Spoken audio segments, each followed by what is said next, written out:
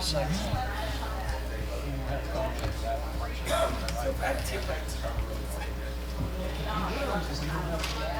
talk about it.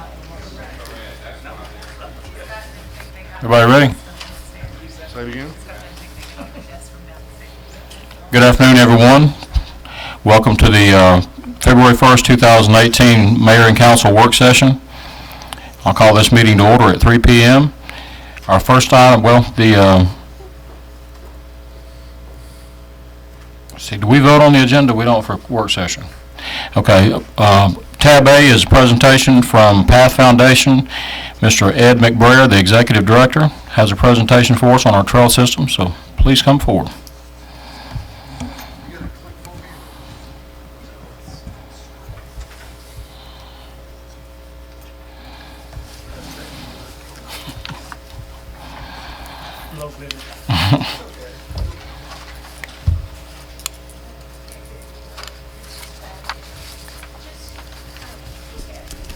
Okay. Greetings, Mayor and council members. My name is Ed McBrayer. I'm the founder and executive director of the Path Foundation. We are a nonprofit agency in Atlanta, and our mission is to build greenway trails and for metropolitan Atlanta and to help other cities with their trail systems. So with that, we can click this off and go fairly quick. And that's our mission statement. We started out just trying to build a trail system for metropolitan Atlanta for commuting and recreating, and we realized that we were gaining a lot of expertise doing this, and we had a lot of different cities and counties coming to see if we would help them. And so we've helped cities as far away as Kauai, Hawaii, and Baton Rouge, Louisiana, and Lexington, Kentucky, and we're working in Beaufort, South Carolina, and LaGrange, Noonan, Carrollton, Columbus. So we've been helping a lot of cities as far as trying to figure out where trails ought to go, and then helping them decide how to implement the trail building system. So with that said, that's our mission statement. We've built about 270 miles of trails. Mostly in Georgia, a little in Alabama, a little in South Carolina, a little bit in Mississippi, but mostly in metropolitan Atlanta area. We've raised about $80 million from the private sector. That's corporations, individuals, foundations, and we've caused about $140 million to be allocated from things such as annual budgets at different jurisdictions to transportation enhancement, federal money, to T-SPLOST, to impact fees and referendums and that type of thing, as well as in-kind service. So we cobbled together money from both the public and private sector. So this is just a few of the logos that we've established helping other cities and counties build trail systems. We designed and built the entire Carrollton Greenbelt. We've done trails in East Point, St. Simon. We built all their trails. Path to Wellness is over in Charleston, Mississippi. Dragonfly Trail is down in Columbus, Georgia. We're building a trail paralleling Georgia 400 in Atlanta right now. And a few more, the Rebbe Mountain Trail System up through Panola Mountain State Park, and that trail system we built. Spanish Moss Trail is in Beaufort, South Carolina. We're building Clayton County system throughout International Park and Lake Spivey. We're building the Thread in LaGrange. We've built all of the Atlanta Beltline except for the southwest piece that they've just finished building recently. And most of y'all are familiar with the Silver Comet Trail. We spent about 10 years out building the Silver Comet Trail. So we're organized as a public-private partnership. What we do is we go into cities and counties, and we can do everything from just a master plan for trails through helping cities and counties allocate funding for the trails, And in some cases, we actually stay and oversee construction and deliver the trail at the end of the process. So we can get involved at all different levels. For example, in Carrollton, we master planned and designed and built the entire 18-mile loop around the city of Carrollton in less than 5 years. So, and to get off of the path thing a little bit and tell you why it's so important for you to build trails. As you all know, back in my early days and a generation or two ago, most people fled the major cities in the United States and went to the burbs.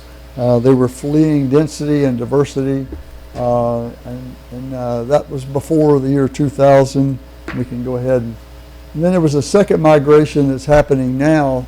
Most of the millennials are actually attracted to density and diversity.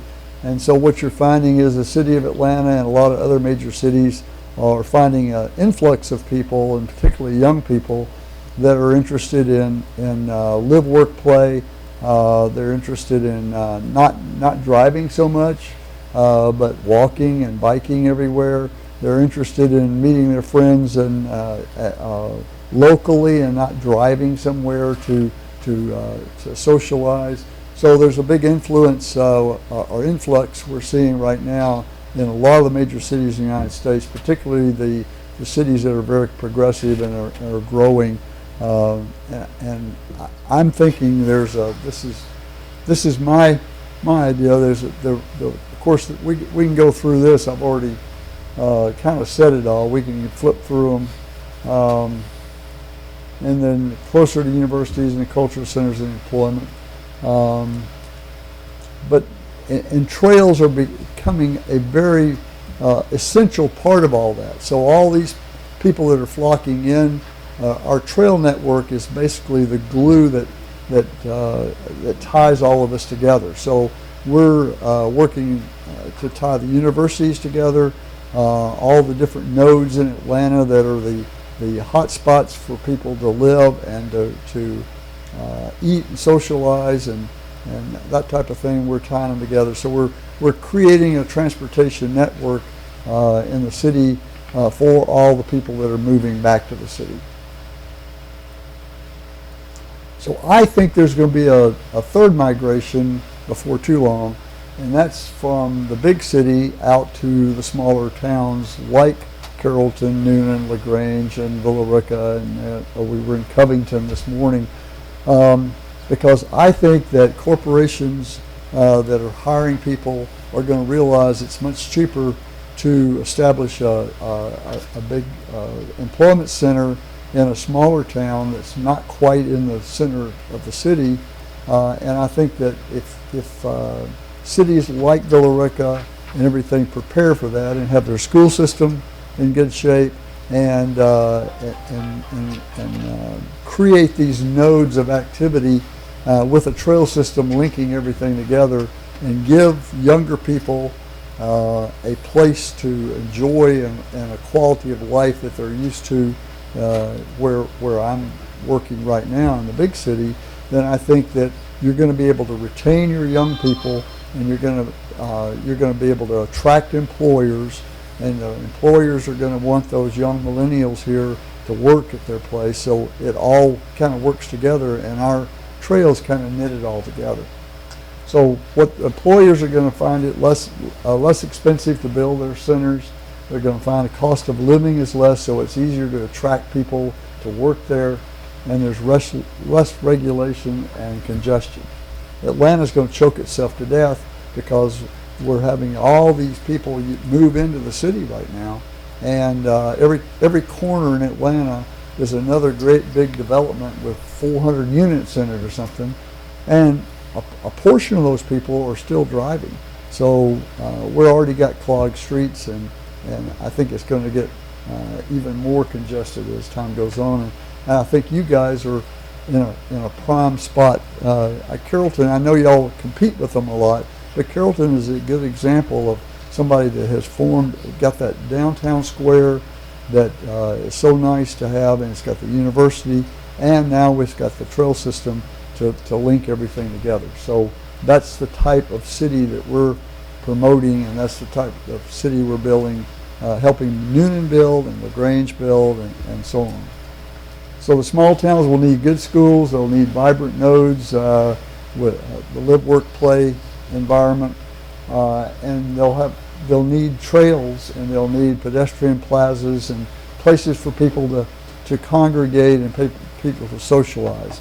People don't go to bars as much anymore, and they don't go to Skate City anymore. They go to they're all active. They want to go out on trails and jog and bike and meet their friends and socialize. Places like trails and pedestrian plazas and downtown squares and that type of thing. So the third migration is going to favor you guys. So you need to get ready for it. So the recipe for building a trail network in a small town is, the first thing you have to do is have a master plan. We are, in my opinion, the best people in the world to plan a trail system. We've built a lot of it all the way through to cutting the ribbon. We've conceptualized all different kind of trail. We have dealt with every railroad, every university, every regulation that the EPD puts on us. So we've done all that, so we know what you guys are going to be up against with every foot of trail that you try to build. We know how to cobble money together. We know how to guide you toward putting your own money into it and trying to fund as much of it locally as you can. I tell every city, if you're going to look to Washington to get your money, then you're not really interested in building a trail system, because you're going to spend half the money trying to get there, and you're going to spend.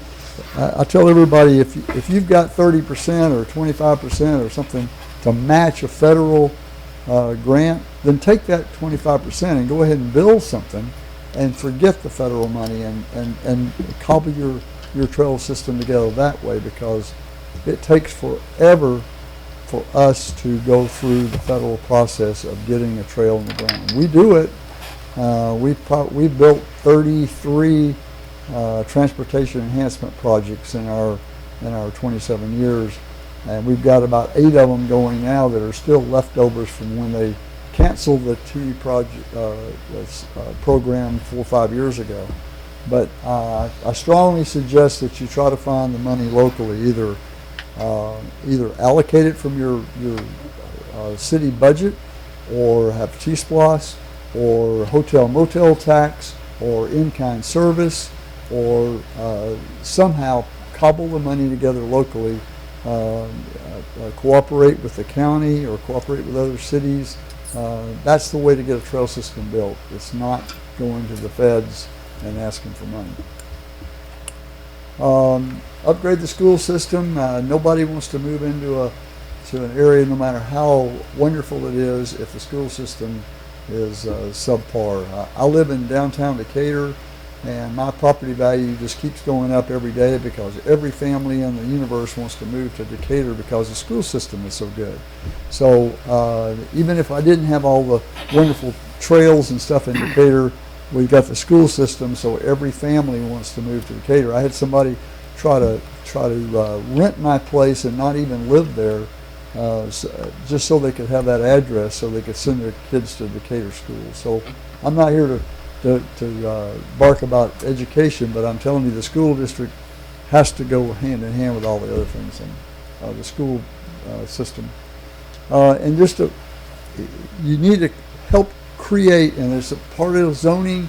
It's a zoning issue, and it's a community development issue and everything. But you need to create those little nodes where there's a lot of restaurants and bars and things, shops and everything around the central plaza or around the plaza area or strip.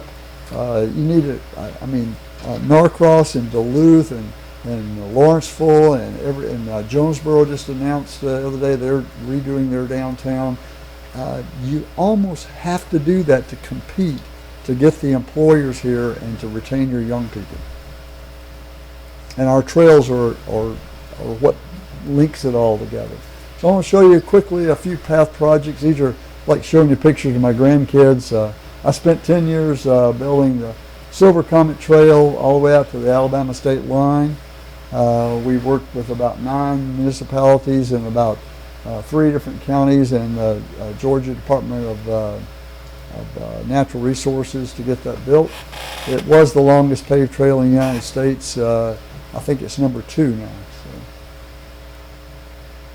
This is Pumpkin Vine Creek Trestle. We retrofitted a 900-foot long trestle out there and to build.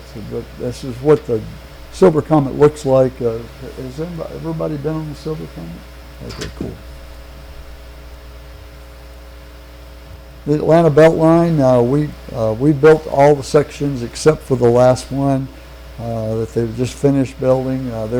They have 50 employees and I have 4, so we figured it was about time for them to do their own thing, but we built that section.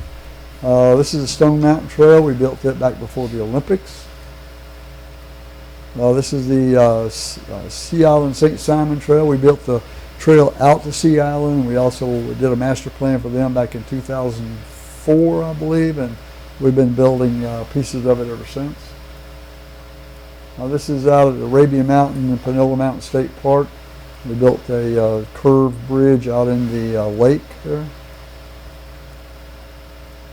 And the Carrollton Greenbelt, some of y'all been over and seen that. There was no, that was a trail that we built through Hill and Dale. There was no abandoned railroad or no path necessarily for it, and we had a wonderful group there led by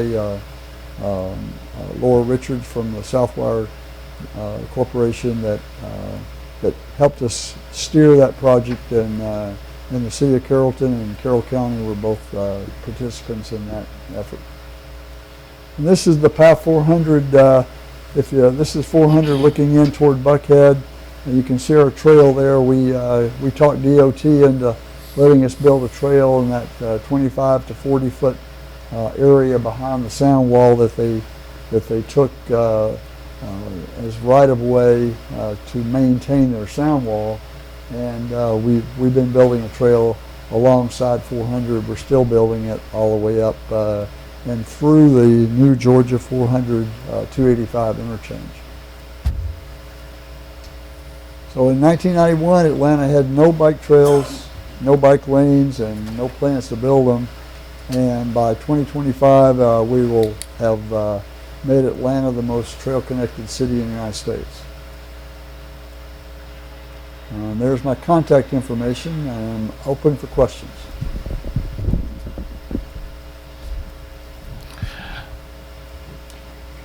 Well, having been involved at some extent in the Silver Comet Trail when I was with Cobb County, that was a groundbreaking project back then, and there were times when we said it'll never happen, and people didn't seem to be working together, and it grew and got to a point where it actually was outgrowing those of us that were left on the committee. So I'm excited for the community of Villa Rica, and I'm proud to have you here as part of this, and I think it's a neat opportunity, a nice opportunity for the city of Villa Rica. So Great. Thank you. Any questions? Comments? So, Mr. Mayor, just really quickly, he is not scheduled to be here for Tuesday. There is a related item later in the agenda as it pertains to this presentation, but I at least wanted to make you aware just in case you were holding any other questions. Thank you for your time, sir. Great. Thank you so much for putting me first so I can get back. It's a long way on a bicycle.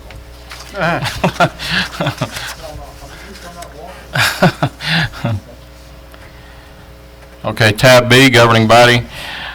Ladies and gentlemen, you have the minutes from the January the 9th, 2018 meeting and January the 18th, 2018 meeting, so please look those over and be prepared to make changes or vote on those on Tuesday night. Item number 2 is 2018 pay parity adjustment. Mr. Barber? We have taken a look at the pay parity calculation again, based on the conversation that we had at the December meeting. When we work our way up from employees with the lowest hourly rate who have a shortfall compared to the pay parity calculation, and move up that list through increasing hourly rates, what we found was we didn't have a single person in the sanitation solid waste area that had a shortfall. So in order to make $45,000 worth of adjustments, it moves us up pretty close to people that are in the $50,000 range in current income. And as you can see, the bulk of the adjustments are in the general fund. So we went back and looked at what our revenues are doing, and it appears to us that the area that we're going to experience more revenue than we budgeted continues in the general fund to be the building permit revenue line item. And then in the water and sewer fund, the area that is already up is in sewer tap fees. So the recommendation that we presented this time is to increase the budget roughly $37.7 in the general fund, $7,300 in water and sewer, and that would adjust this time 100% of the shortfall for the people from the bottom of the pay scale up through about almost $25 an hour.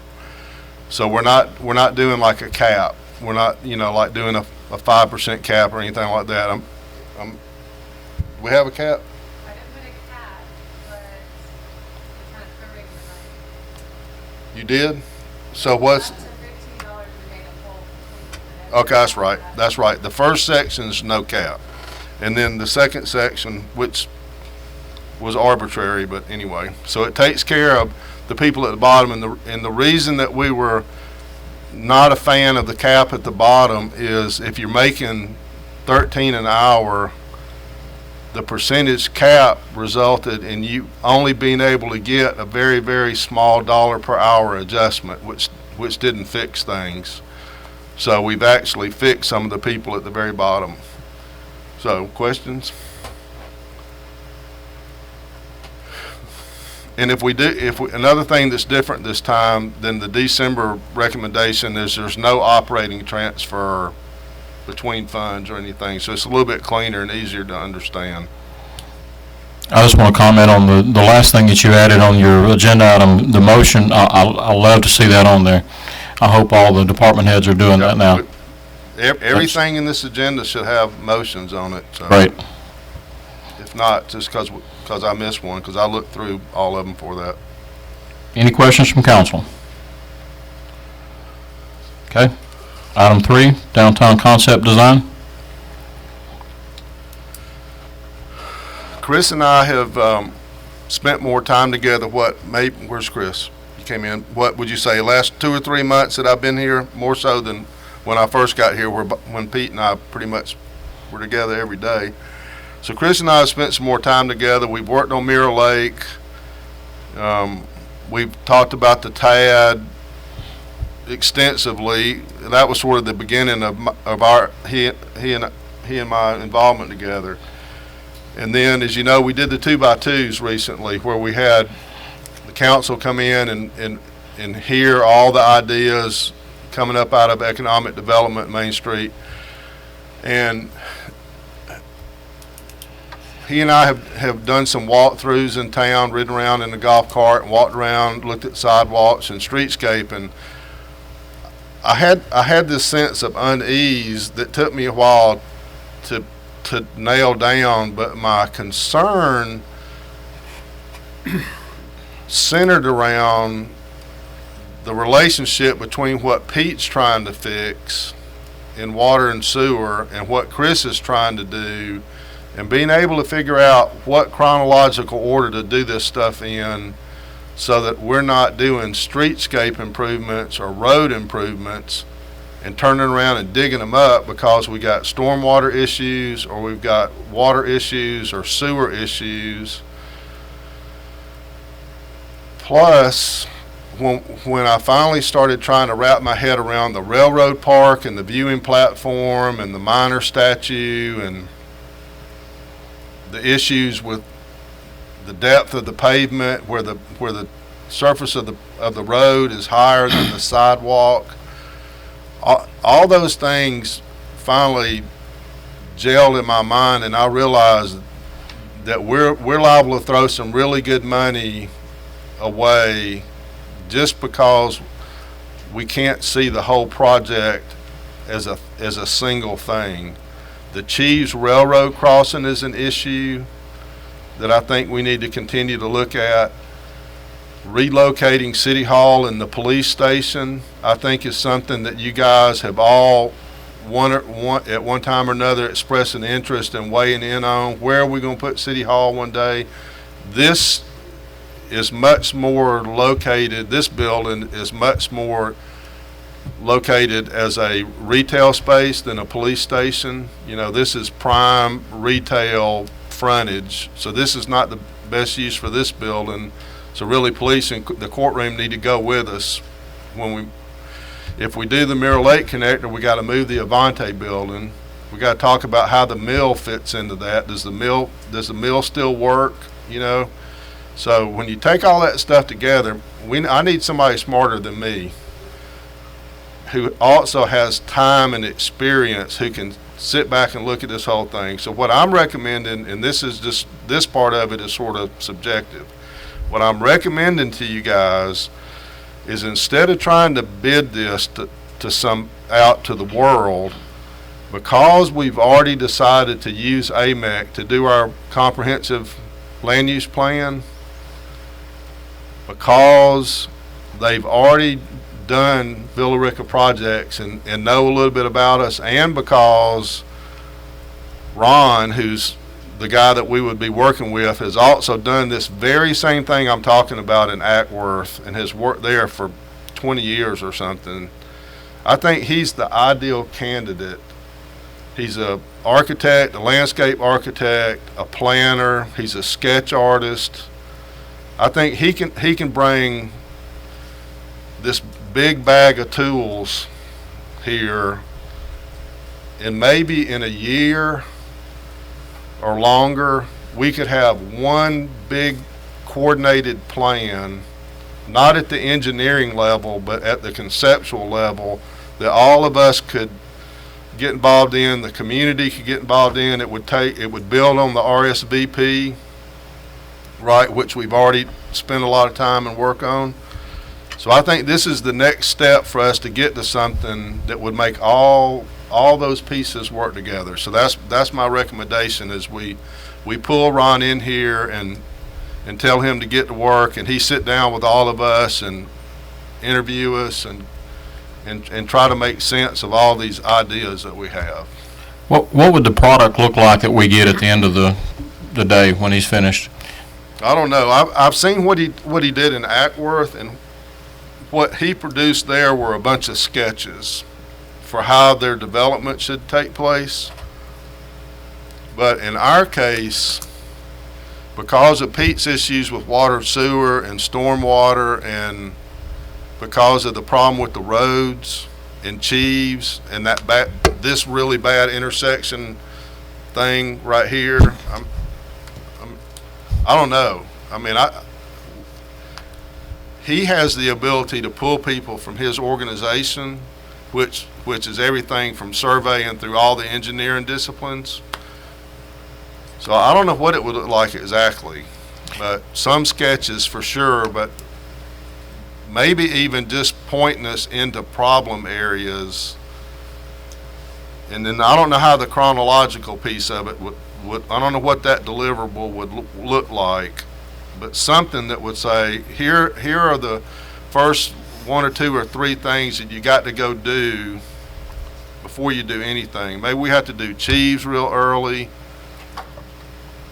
I think water and sewer has got to be at the beginning of this thing somewhere, right? And then I think it impacts, and other things sort of fall into place, like the Mirror Lake Connector.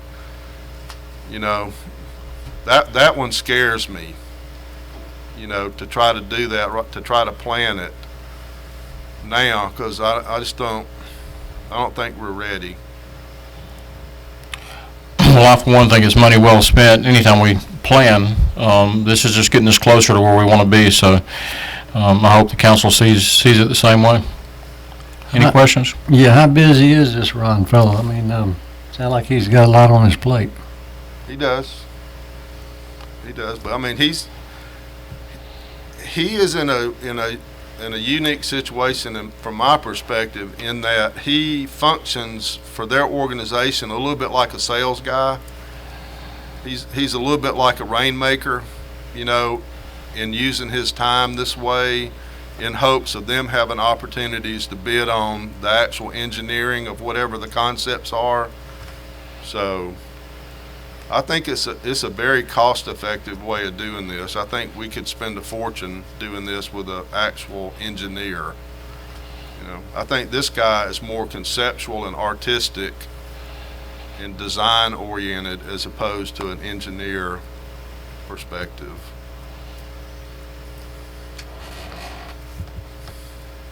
Okay. Moving right along. Item number 4, cleanup days for this year.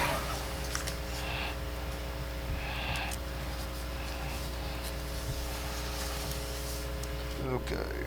Councilman Best and Marksman have always sort of made this happen, and ever since I can remember, and not sure who wants to.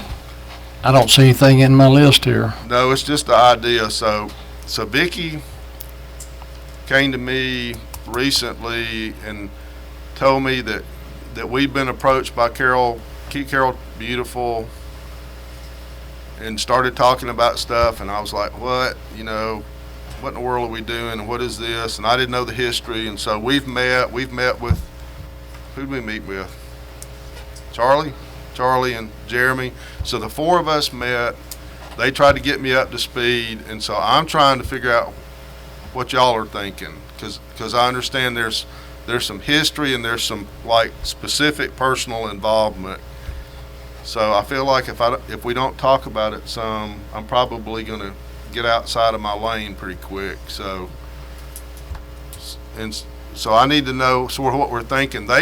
What they want to do is they want to do a tire day, they want to do an electronics day, they want to do like a hazardous products day, like a paint battery kind of day, and spread it through the year. Okay? What Jeremy is telling me is that we have a history of somewhere, give or take Easter, to do a week that's sort of no holes barred bulk pickup, and that we also have historically in there, at least recently, done a program in that where we would go into people's houses even and pick up appliances or something if they needed. I don't know about the old folks part, but seniors, right? Seniors, right? What you call it old? And so I just want to hear what y'all are thinking about. What is it you want us to do in 18? Do you want us to have a week where we just do anything? Is that what y'all want? Sort of the idea, because a lot of people, like you say, seniors or whatever, they might have stuff that you got this rule that you don't go on private property, but that particular day they might not be able to haul it off themselves. So if they ask that you come do it, that you could do it. That was one of the things that I know we was talking about. Okay. My understanding is we only had a few people take us up on that last year, but we did have a few. So you do want to do that again and do it during this week, this no rules week. There's no limits, and we'll pick up whatever. Well, I think there are some rules. I know we had a problem one year with tire companies dumping hundreds of tires for us to pick That's up. I'm one of not the in- reasons I want to talk about this is I'm not in favor of helping we don't have companies. a good way of stopping that, though. So what happened is, what the story that I was told is we put out in the media that we're going to do this pickup, and then in Augusta Woods, we had some tire company come along and dump like 150 tires along the curb in a vacant lot or two. Is that right, Charlie? Two lots? More than two lots? One lot? Was it all in front of one vacant lot? Yeah, okay. So anyway, I got a problem with that. Yeah, I do too.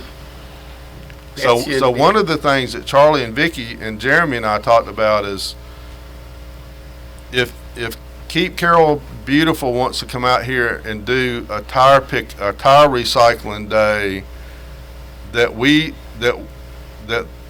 do our week sometime far enough after that a good bit of the tire pickup occurs with them, Yeah. and then we do ours, a couple of weeks later or something. I didn't quite get the whole connection to Easter. I don't understand. Normally, we begin the whole process to try to take in consideration of the grass and the growing, Right, covering some things up, Right. woods and whatever. So, just before Easter was what was brought up, to do that. And then it fell into the week of Easter, and that's not good. So, anything before that Easter week, would be great. if we do March. that, see, we're gonna collide with the tire pickup day, because they think they want to do either the 17th or the 24th of March, which is, what, Vicky, the week? It's 2 weeks before Easter. Well, why don't we do the week pickup, and then, if there's tires for us to pick up, we just carry them and give them to Keep Carroll. Because they charge. Then we won't pick up tires. If they're gonna do it in charge, I don't think we ought to pick up tires at all, unless we're gonna charge too. And that's We're not really set up to that's a charge, nightmare though. to keep up with who did what. Because the way they're doing it is they're doing a site, and you have to bring the tires to them. Mhm. The way we do it is you put it on the curb, right? Yeah, Everything's just put on the curb and we go get But it. if we gonna pick up and then they put tires on the curb, that's what's gonna be left sitting on the curb when we're through.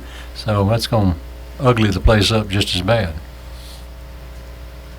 Whatever happened to the business that's in Industrial Park that actually was gonna take all tires? They're not gonna be able to do that. That's safety, the brand anywhere from $5 passenger car, 35 for larger tires. Several of them pick up to that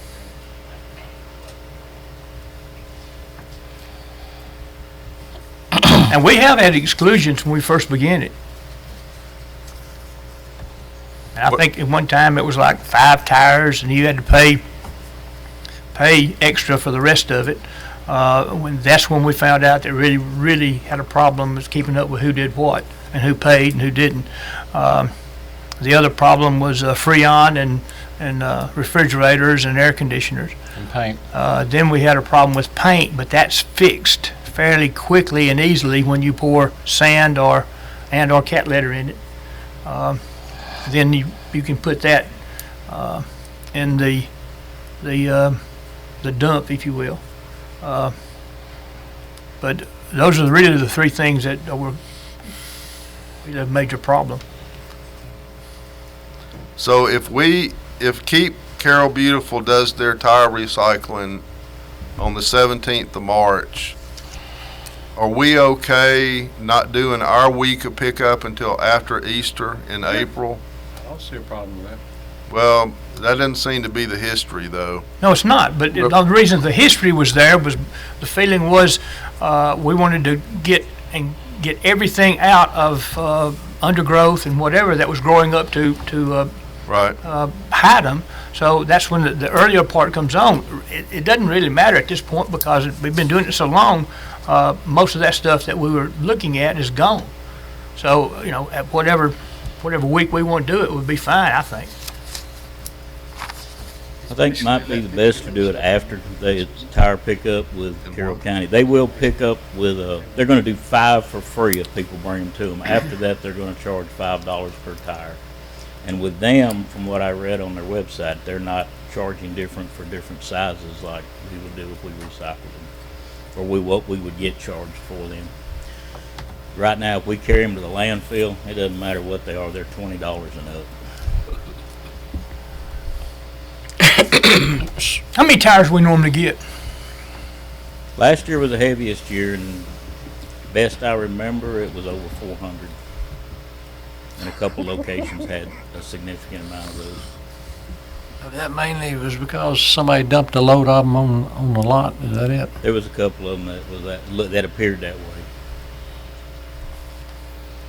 Okay, so the obvious question is, if Keep Carroll Beautiful is mirroring what we have always done, is there a need for us to even do it? I think my answer would be is, let's see how many, if we're going to do it, let's let them take what they'll take for free first, and it could save us a significant amount of money if we're going to pick them up to do it after they do their program. And You're talking about tires only? Right, tires Yeah. only. The rest of it, picking up stuff, was mainly stuff people piling out of their basement or Right. stuff that had been thrown off to the side, helping them get rid of all that stuff. Tom made a good point, too. I really never had thought about it this way, but, I don't think we see the benefit of what we're doing in this regard, because one of the things I can say when I ride around Villa Rica is you don't see dumps, or you don't ride down roads and see, stuff on the side of vacant lots and things like that. So, although there are 2 right now on Mirror Lake Parkway that were dumped just recently. I think the benefit is definitely there, and the other unintended benefit is that our mosquito control program benefits. When we're getting rid of tires and places that can harbor and breed mosquitoes in particular, that's a benefit. So, is it reasonable to say then that we would have we want to work with Keep Carroll Beautiful is what I hear you saying. March the 17th. March 17th. And then for our pickup week, maybe we'll scale ours back and not do tires. I would hope we wouldn't do tires since they're going to do tires. But I think since we have trucks running around picking stuff up that's put on the right of way all the time, that might mean we don't necessarily need a one week's worth of cleanup. They're already piling stuff out on the street, and we're picking it up. If it ain't broke, don't fix it. What is it we're picking up on that week I'm just saying that we don't pick up every The day? additional things would be like paints that were solidified with, some inert material. The other thing we would do, we're working with 2 metal recyclers right now to see if they will take the appliances and still pay us something for the scrap metal, but they'll take care of reclaiming the refrigerants out of them. I think we're going to have an answer to that. So we could pick up, most any kind of appliances. Batteries? Yeah, batteries we'll pick up. We do get pretty good recycling money for that. if we're going to have that, I think we ought to concentrate on those items that people can't get rid of, like refrigerators and things like that, and not just everything, because we pick up all the other wood and stuff like that on a daily basis. So it looks to me like, help me, Vicki, so they were going to do tires in March. They were going to do the second one in April and the third one in August. Right. Tires, March 17th, that's at the V-Plex. E-Recycling, they're partnered with Southwire. They're going to confirm April 21st. That's here at the mill. And then household hazardous waste. We're just trying to confirm a date with their recycling partner, and that will be at some point in August. What I asked her to do is certainly to come back, like they've done the last couple years, and at least formally bring you the dates, just so you guys, I think you mentioned that you wanted this partnership in the past, so. So Let- what do- I'm thinking is that if we agree to that schedule, then we have Charlie do his week of extraordinary pickup in September. That way, There's, yeah. there's not- everybody's had a chance to Right. hit Carol Beautiful with everything except appliances. They're not doing that. No, they're not. And doing then in that. September, before the end of the season, we basically take either everything or everything but tires. And we do the senior assistance day, one of those days in September, I'm good with and that. actually go in their house. All right, now, another question that came up. Jeremy is uncomfortable going in people's houses, right? And David, you haven't had a conversation with me about this, but No. you got little red flags flapping over there with us going in somebody's basement and carrying a refrigerator up the, I mean, you know what I'm saying? Yeah, I don't, that doesn't sound like a good idea. I mean, it's a great idea, but it's risky. Risky, yeah. Both from an injury standpoint, and either we damage something, or somebody says, hey, you know, something's missing out of my house. You- You know, How many people took us up on that? 5 last year. Yeah, See, it started out being, you had to put all this stuff that you wanted picked up on the side of the road. Side of the road. And then it developed into that if you couldn't get it on the side of the road, if you signed a waiver, then there would be somebody go wherever you directed them to pick it up. But I don't ever remember us saying that we ought to go into a house. did we? We have. 5 times, but they had, they signed the waiver.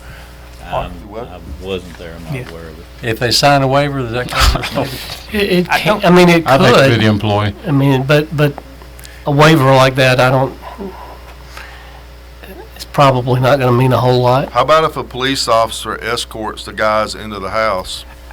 If they damage something. I don't know that I don't know that I would want to even suggest they go in the house. No, I think we, The only reason we asked that is we had several folks that come and talked that could not get a refrigerator from outside the house in the backyard out to the curb, So if it's on their property, we'll get it, but not in the house. not in the house. You good with, you Yes, sir. halfway better with that? David, are you? That's better.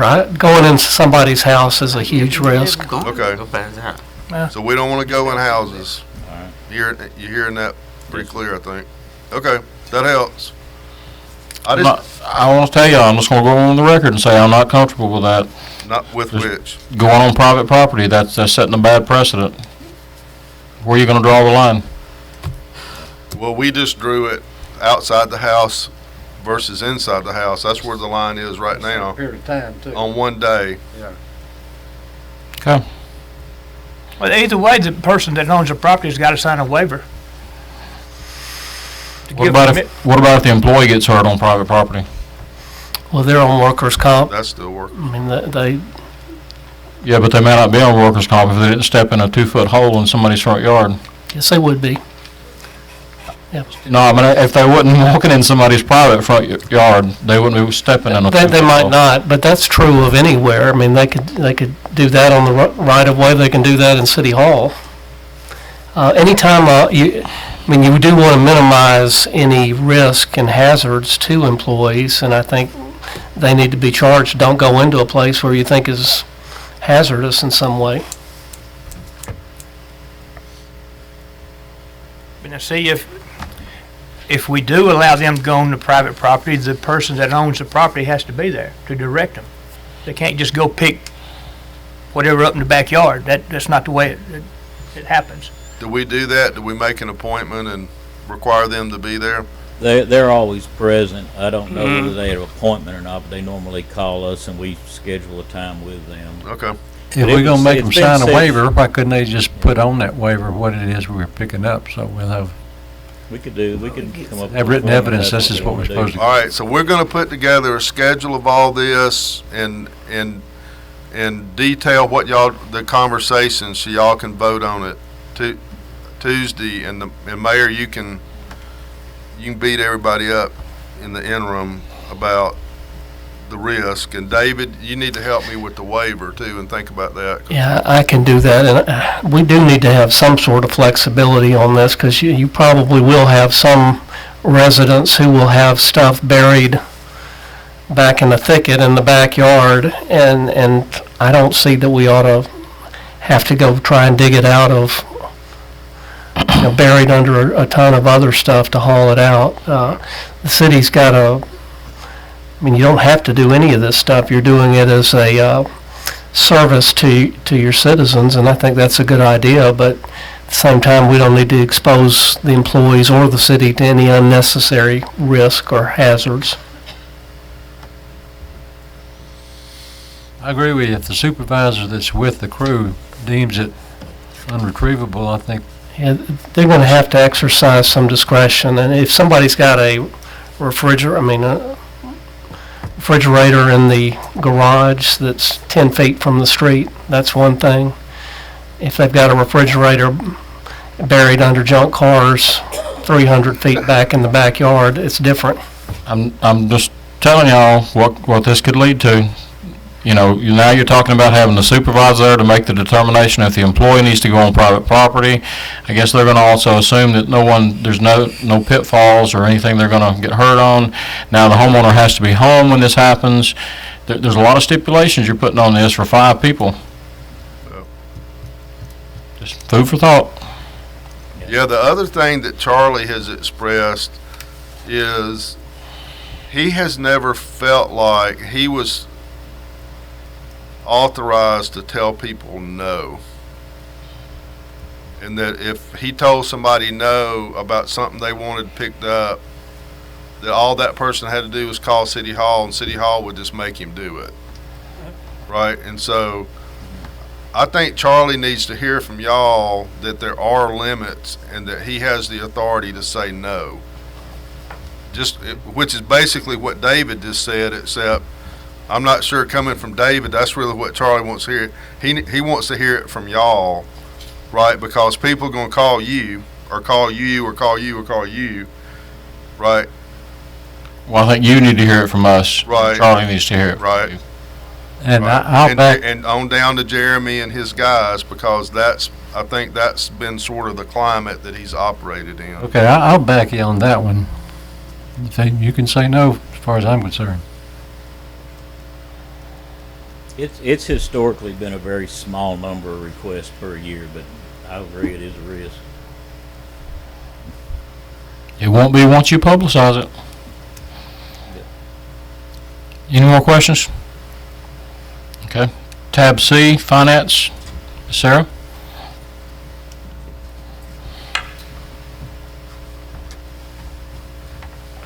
Good afternoon. So this is writing off uncollectible accounts for our customer receivables. This is kind of an unavoidable issue when it comes to account receivables, but there are things that we can do to minimize the amount. In 2016, it was discovered that historically the customer service manager would just write off accounts at the end of the year, and that was stopped at the beginning of 16, I believe. So it hasn't been done since then. So there are balances from 15, 16, 17 that I would say are uncollectible at this point. We do send these off to collections, but the only hold they have on these people is to put it on their credit report. And we're talking about renters mostly, and they may probably not care about their credit score if that's the only hold we have on them. So although we do try to collect through the collection agency, usually just get a drop in the bucket when it comes back to return. So some of the things that we've done in this year, the cycle billing change, and also decreasing the time from when we read the meter to when it's cut off if it's not paid. That's decreasing the amount we're seeing left hung out there. Another thing I'd like to bring y'all hopefully next month is increasing the deposit amount for renters. We talked about that at one of our library meetings. So right now this is $95,000. This is over 600 accounts from those 3 years that we have not been able to collect. But I did some math. If our deposit was, right now it's 100 for renters and 100 for homeowners. I would recommend we up that significantly for at least the renters. If it had been $200, that number would be in half, assuming that the majority of these are renters. So again, that's something I want to address soon as well. Again, this is kind of an unavoidable thing in this industry, but there are ways to minimize it. But I will say we've really cracked down in the past few years. We've been cutting people off that haven't paid, and there's been, I think in the past they've been pretty spoiled to not have to pay on time or not pay at all. There's been payment plans and stuff, and I do try to work with people. I mean, we do hear the stories, and I try to work with people. But you can see the blue line is the amount of overall accounts due to us. These are final customers, so these are people that have left us. In 14, that amount was 200,000, and at the end of 17, that number was 100,000.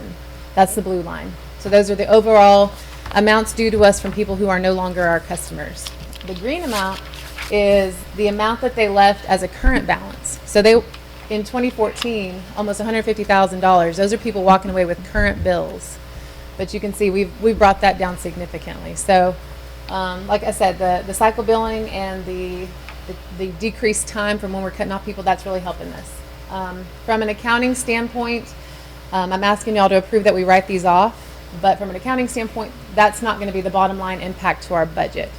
Because every year, when it comes time to year end and getting ready for the audit, I have to basically, they call it an allowance. I have to allow for a certain amount of accounts that I don't think will be collectible. And so even though I haven't brought this to you to have y'all formally write it off, as an audit year end entry, I have to go ahead and kind of make an adjustment for that. So right now I have a liability sitting on the books of, I think, $72,000 or $76,000, excuse me.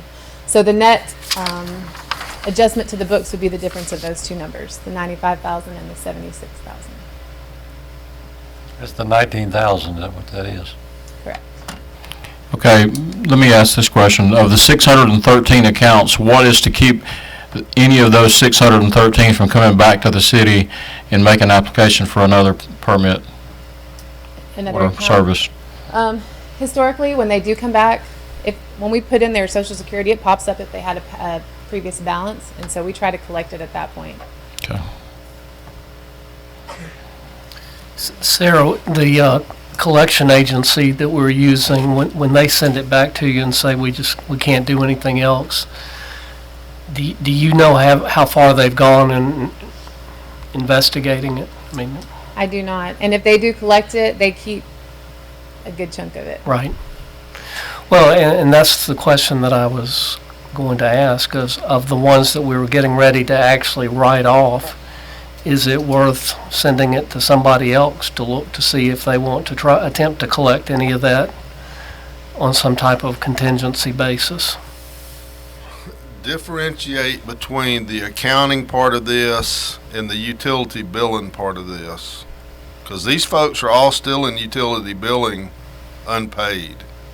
Correct. You're really talking about an accounting authorization. Well, we're going to go into the customer accounts and clear it out. So it's both. But we can move that somewhere to keep up with it. Yeah, That's what I was asking, is if you can set it aside. I understand the accounting part of it, but if you can set it aside and, if nothing else, the renters that have moved out that we probably can never find again, Right. but it's worth letting somebody take a look at it if they have an interest to try and chase these people down. Yeah, maybe we can find one that's more diligent at doing this, or better at it. Yeah. I mean, They triage them. They do what you would expect if you were trying to make money doing this. We only deal with one outfit, right? right now, yeah. and they do recover a large portion. This is just the ones that they do not No, recover they a don't. large. They don't. We just get a cover drop in the large. bucket back. I don't think we have the right Really? That's outfit. the experience No. I've had here and in Texas. I mean, again, Same these are as I've renters. had. Hold on, if they're not trying to buy a house or anything, what does their credit score matter to them? That's the only hold on them. No, but I'm talking about the company that's trying to recover this from us. You said they don't recover No. I like that. do we bid that out, or? Most of the people that leave our service, we apply the deposit against the balance, And whatever the difference is, we don't see it. When I was at my government finance officers course or conference in October, I sat in Chris Pike from Dunwoody's class. He's pretty well known. He teaches a lot of classes, and we talked about customer service. We talked about these very things, and he said, I don't even use collection agencies. He said they can't get any more than we can get. He said, so having your deposit at the right amount. So if we up it to 200 or 250, that's going to cover a couple months' bills, but also we're shortening the time from when we're cutting off people. So I think the biggest impact we can make is ourselves. Yeah, I think Tend to a agree with deposit of $250 Yeah. for those that are typically running away, which are renters. So will you bring that back to us at a future time for us to increase that? 'Cause I think that's something the council needs to look at. Okay. And I'll be honest, Sarah, thank you for bringing this to us. This is the first time I can ever remember knowing what that number is. Maybe it was known internally, but I think it's important for, all of our public to know that also. Right. We're talking about $100,000 basically. What can that number be in a year if you get a 250 deposit? I mean, I would hope to see it. Is it 10 grand? Yeah, I would hope to see not much. I looked at 2017. I was thinking, 2017 is going to look good. We've made some serious improvements. I was sad to see that we still had some pretty big ones. The problem is, again, they're renters, and so they'll have a big leak. And, the landlord isn't always diligent, or maybe the person doesn't let them know. I don't know that relationship, but, they rack up a $2,500 bill, and we work with them. If they've had a repair, we adjust some of that off, but the majority of it's still on them. And so we've had people that have just moved, and they've left this $1,200 bill that I can't collect, and they're not going to pay it. So unfortunately, we still run into that, and I had quite a few over $1,000 that were just walked away from. And I'm assuming that none of this has anything to do with the Douglas County billing issue. That's another problem. No, I just want to So one thing that we haven't talked about is sending active accounts in those 3 neighborhoods that aren't paying to collections while they're current customers. Like if they go 3 months without paying the water portion of the bill, go ahead and putting them in collection. Has Gil agreed to work with us a little bit on that? And Not yet, we've talked about it, We would have shut them off long before 3 if they were ours. Yeah, they're referring to Just- the ones just that are sewer- Douglas It's the County. sewer bill, excuse me, just the sewer portion, and where they have Douglas water in our sewer. I see blank stares. A lot of people may not know what we're talking about. So can you kind of give us a quick summary of? There's 3 neighborhoods on the Douglas side where Douglas provides the water and they bill sewer. And so people have started to realize that if they only pay the water bill, they'll never get cut off, but they don't have to pay the rest of it. So they don't pay for sewer and sanitation, nothing happens. In Douglas, the agreement that we have with them is that we understand that they're not gonna cut them off as long as they pay the water. So we're working on that. So people are starting to build balances just because they figured it out. But in order to get them back in the city, under our supervision, we would have to run water lines. Yeah, we're not gonna do that. They don't want to come. Any other questions? Next item is the resolution for setting the fiscal year for the city. Y'all have already voted on it. I just needed a formal document that I can send to the state so they have record of our change. Do you want me to read it? or Housekeeping. Do it on Tuesday? Sorry? This is housekeeping. Yes, housekeeping. Any questions?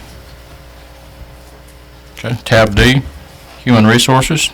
Ms. Stephanie?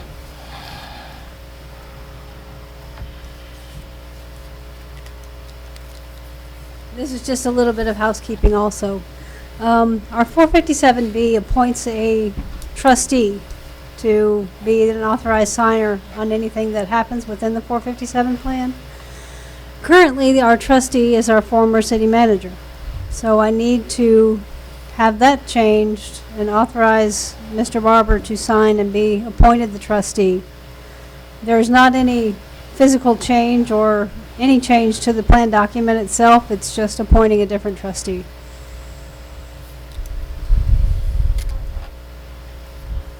Any questions? Okay, Thank you, ma'am. Tab E, Community Development. Mr. Bobby?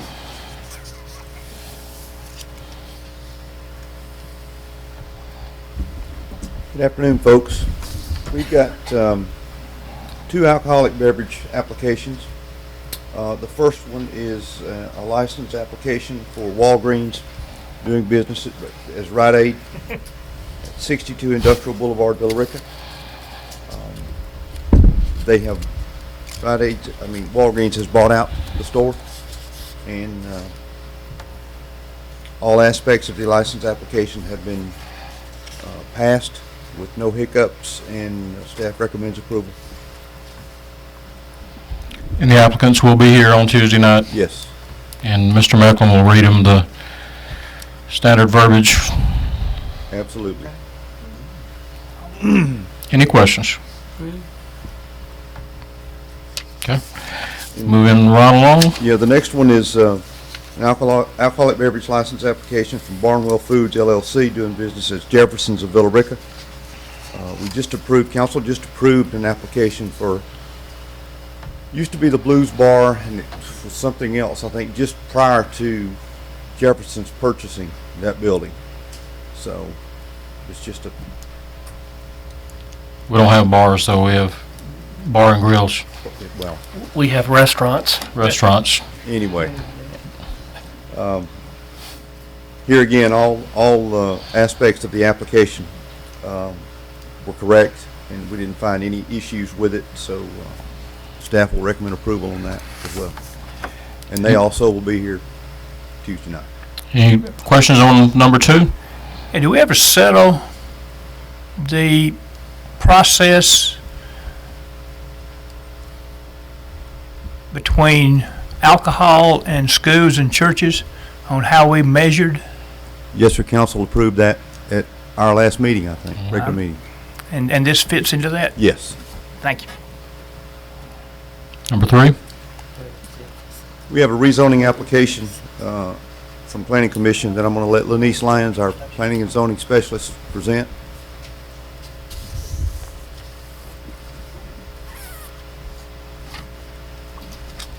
Good afternoon, everyone. I'm Lanice Lyons, your Planning and Zoning Specialist, Community Development.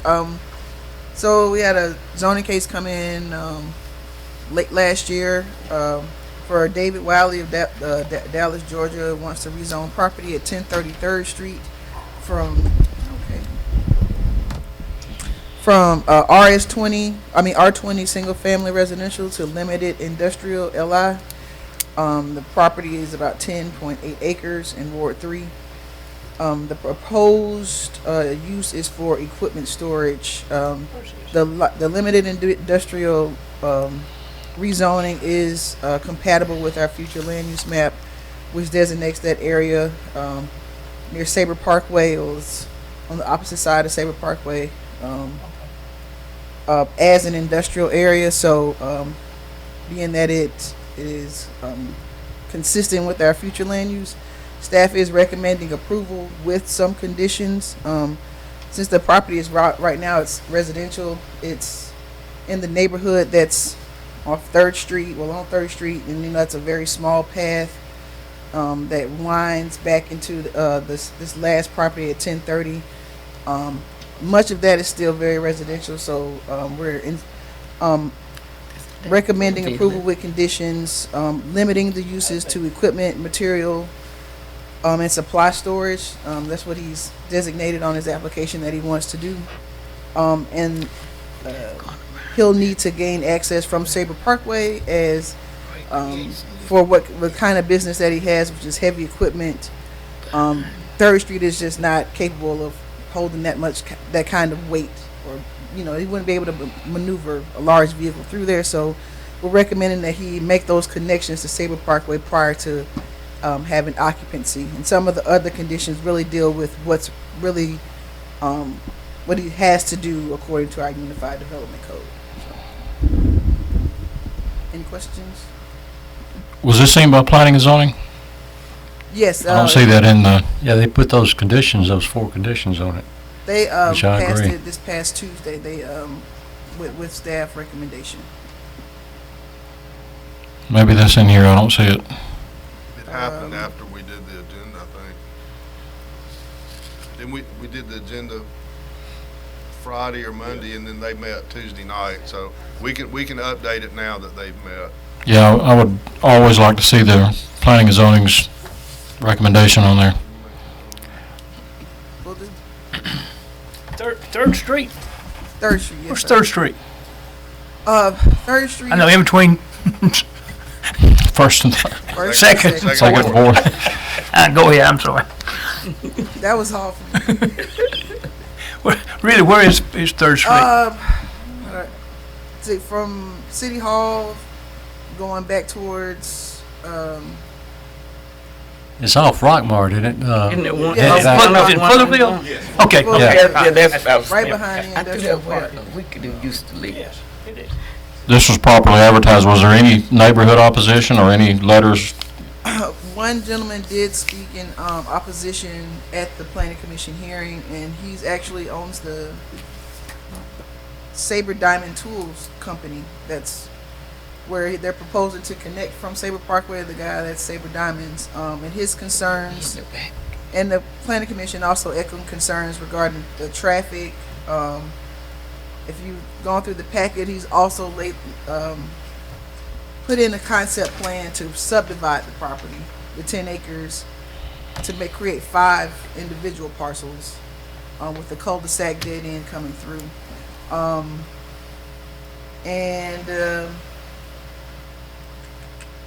There were questions about,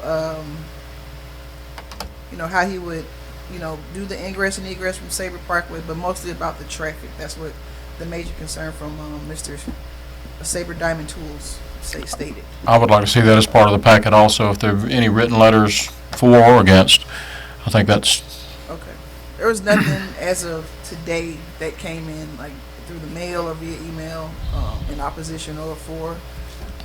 But we do have the comments from the public speaker from Tuesday night.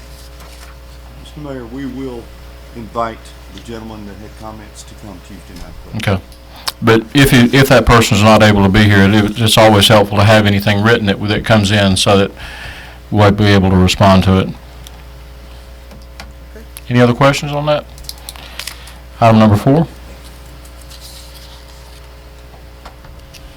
Mr. Mayor, this concerns an issue that's been ongoing for quite some time, I understand. We have a lady that lives at 211 South Carroll Road that's got a sinkhole that's developed in her yard because of a drainage issue. And with some investigations, we've looked, and water is piped, street water is piped from the gas station north of her down the east side of South Carroll. And at some time in the past, they left the street and came across an angle across her front yard into the creek that's right next door. And there's not an easement that was ever recorded on that crossing. So what we're recommending is along with this item is and I've spoken to her briefly about it, is we want to, where it makes the break off the street, we want to reconnect there, come down the street right away to just before you get to the creek area and cross the sidewalk with the pipe, getting it out of her yard completely. And with that idea, we need a little bit of an engineering design. And Georgia and West has done a lot of work in this area, and I've developed a pretty decent relationship with one of their engineers, and I just called him and said, look, what will it cost to do that? And he gave me this price of $3,950, and I think it's a fair price, and it's, I guess, to expedite the project. I didn't want to throw this thing out to bid 5 or 6 different firms, and it'd take 6 more weeks or 2 more months to get something in here. Just for $3,000 or $4,000. Because we're trying to get this resolved. And with that being said, I recommend this item that we approve Georgia and West to do this little design for us over there for $3,950 to try to get this thing resolved. And for those of you that may not know, this has been going on for a while. The lady has been dealing with the sinkhole for years, and the city said that there was no reason for the city to do anything because it was on private property and it wasn't a city pipe. Well, lo and behold, it is a city pipe running across private property with no easement. So it is a city problem. So I agree with you that we need to get this resolved because she's having to deal with a big, large hole in the front of her yard. Does that mean we're gonna get an easement where that line runs? We won't need an easement, no, sir. We keep it on the right of way and then turn it at the creek level. So technically, that's a big word, it's really not a sewer realignment? It's a storm sewer. Okay. Stormwater. I was gonna say the title's a Stormwater. little Yeah, it's not. bit misleading. We're not running sewage out in the You have a sanitary creek. sewer and you have a storm sewer, but you need to differentiate which one it is. Okay. That's my fault. Any other questions? Thank you, Bobby. Moving along to tab F, Parks and Recreation. Ms. Vicki? Good afternoon, Mayor and Council. The item that's before you is the Gold Dust roof replacement. If you will recall, this we handled the first portion last year. This is the portion of the roof replacement for the administrative portion of the Gold Dust Park facility. We put out to bid the specs on the roof replacement. We received 3 bids back. What staff is recommending is the use of the Garland Group with the selection of Ben Hill Roofing. The total roof, just to let you know, it was a budgeted item. However, this does exceed what we originally budgeted for this project. What we were able to do is make up some savings, if you would, with some of our other capital projects, and we will still have to make a few more adjustments on our total list of capital projects, but the total is $225,780. So How much was budgeted? what was budgeted was $175,000. As I mentioned, just to kind of give you some perspective, we budgeted on another capital project, we budgeted $100,000, where it came back at 75. So we pick up a little bit of savings on that one.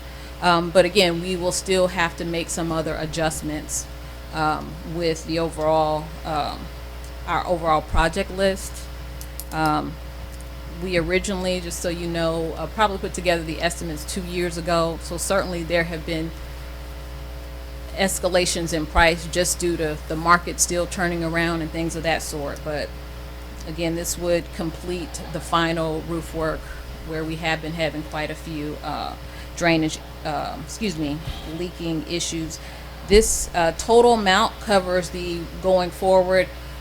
It provides a guarantee, a 30-year guarantee. It handles all of the annual inspections and any work that needs to be done on the roof should anything come up or occur. So you answered my question. There's 30-year guarantee on the material, and I see 2-year on craftsmanship, workmanship. They come out, the Garland Group comes out for any work that needs to be done, and they handle all of our inspections going forward. So they've done, essentially, they actually work with us on the first part of the roof as well, with the assistance of Ben Hill Roofing.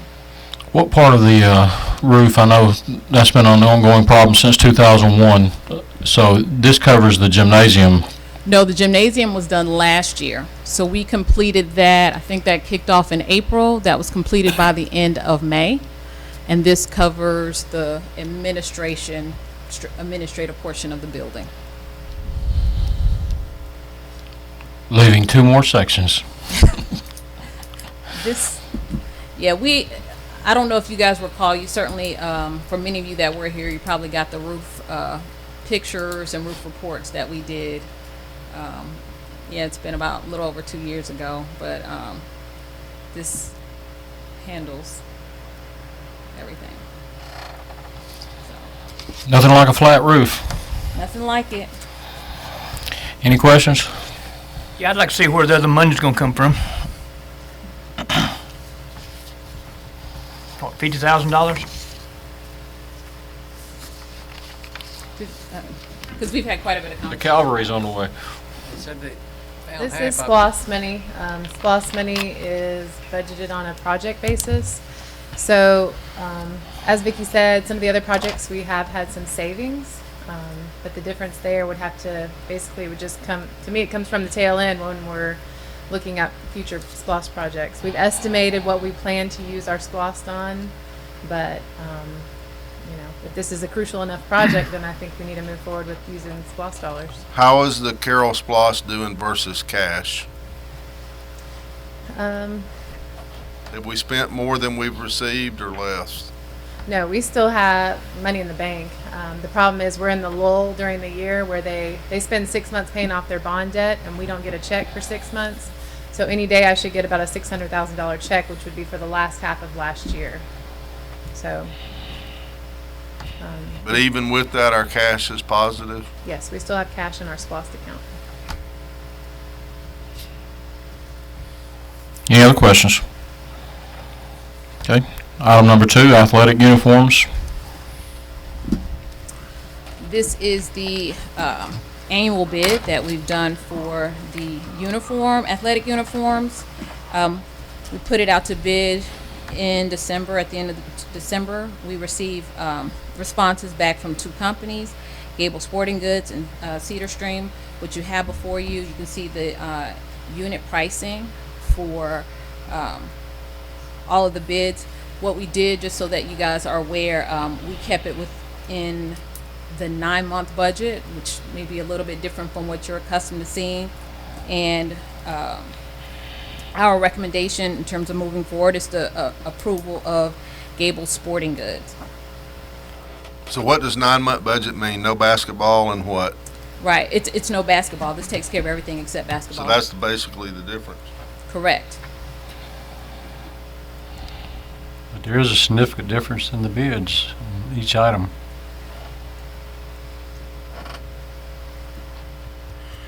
Do we compare apples to apples? They all bid on this exact same Request? items. Yes. Where are they located? Where's Gable? Douglasville. Douglasville. Yeah, it actually Gable's, they are our current provider in actually the most We're happy last 2 with them? years. Yes. Budgeted item and money is available. Yes. These are all budgeted in our operating supplies budget. Any other questions? Okay. Item number 3, soccer uniforms. These are the soccer uniforms. We put this out as well. We received 1 response back, which is Crown, and those are the prices. And this is comparable to what we received before for last year. What was it last year we got? Last year was, and I'll double check, but last year was, I want to say it was $22.50 as well. Soccer is spring is the second season for soccer, fall being the first season. So how are your numbers in the fall? How many did you have registered? I couldn't tell you off the top of my head. I know we presented that information a little bit earlier. We presented it in October. I'd have to go back and bring that to you. I know we discussed it. I'd like to see how, because typically you see your registration for spring sports is going on right now. Right. It'll be So on the ninth. typically your spring soccer would be more Much bigger. than your fall soccer. Mm-hmm. Okay. Something to do with football. Not FUT? Any other questions? Item number 4. This item is related to the very first presentation that came in. We've been having quite a bit of conversation over the last year about the master trail plan. What the item that before you is a proposal to enter into an agreement with the Path Foundation. Our first part of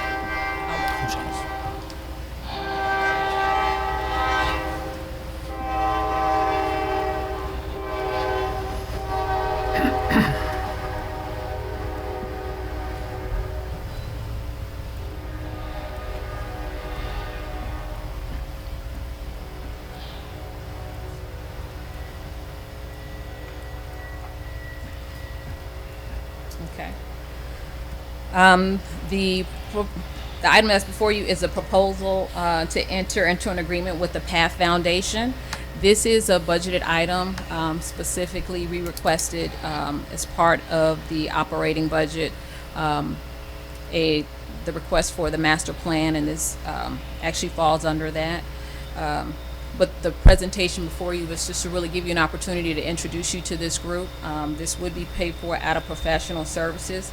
The proposal includes not only the PATH Foundation coming in and working with the city to create the master plan, but also to assist with really the marketing that comes up, developing a marketing plan for this particular undertaking, as well as, and this is probably the most important part, is the implementation plan and schedule. So the total request is for $53,450. We initially requested $55,000 in the budget, so this is under what is approved for and designated in the budget for this year. Don't know if you have any other additional questions. One thing that Ed told us when we met with him is that at this point in his career, he's not interested in coming in and just making a plan and it sitting on the shelf, that he wants to actually turn some dirt and build a trail. And I think that we would be misusing his time if we engage him without a plan for how we're going to build it. So I'm all for using him, and I think, you know, all you had to do is just listen to what he's done. I mean, he's the guy. But I don't want to have him upset with us either if he comes in and works with us and then we can't put together, you know, $1 million a mile, which is about what the Greenbelt cost, as it turned out.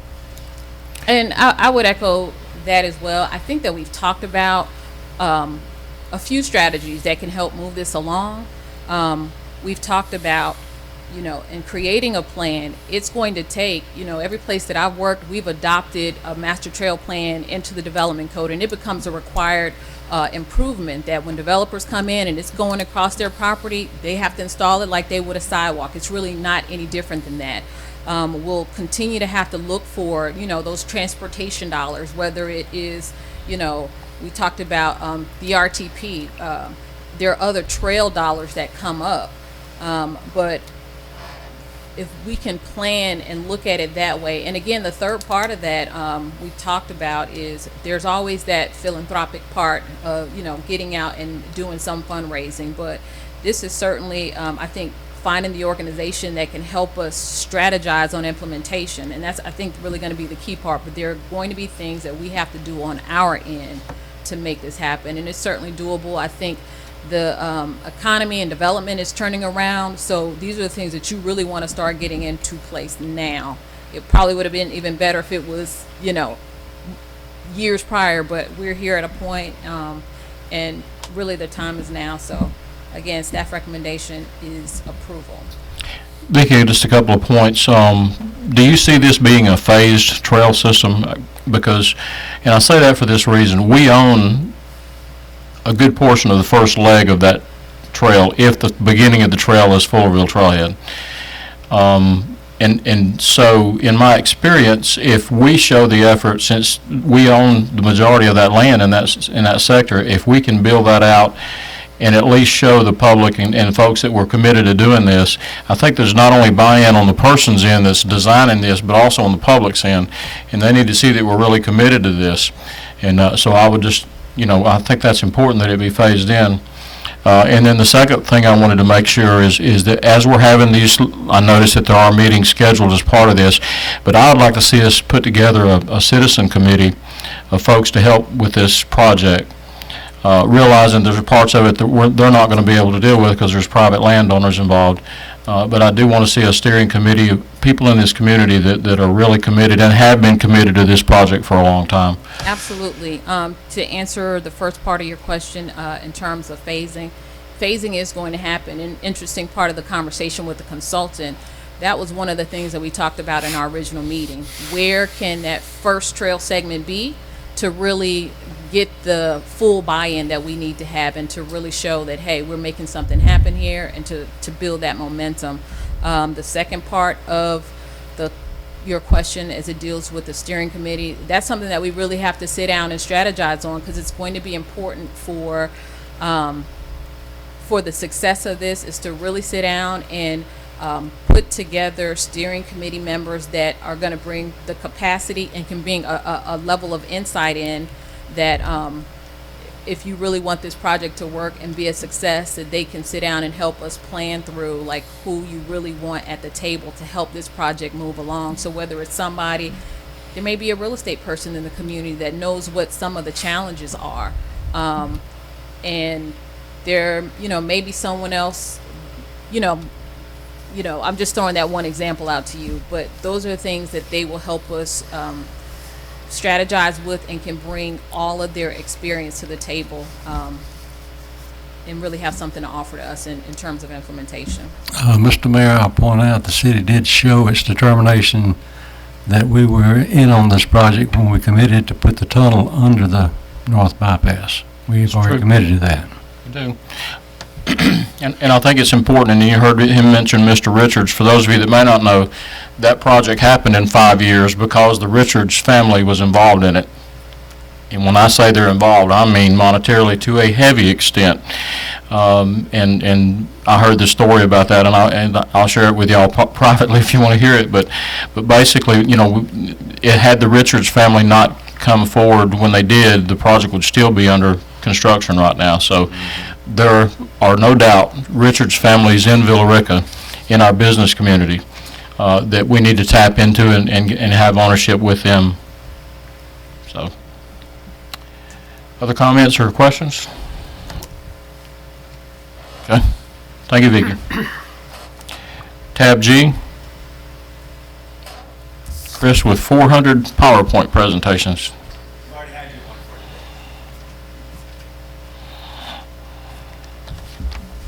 Good afternoon, Mayor and Council. I have very short agenda items for you this afternoon. The first item on your agenda is the entertainment for the 2018 Gold Nugget Drop. We have before you two options, both the same price. We also sent you information about each band with links to their website, so you can go and research them and get a feel for the type of entertainment. And so we are asking that the council make a recommendation on which option that they like. They're both the same price, as I mentioned before, and this is a budgeted item. I will answer any questions at this time.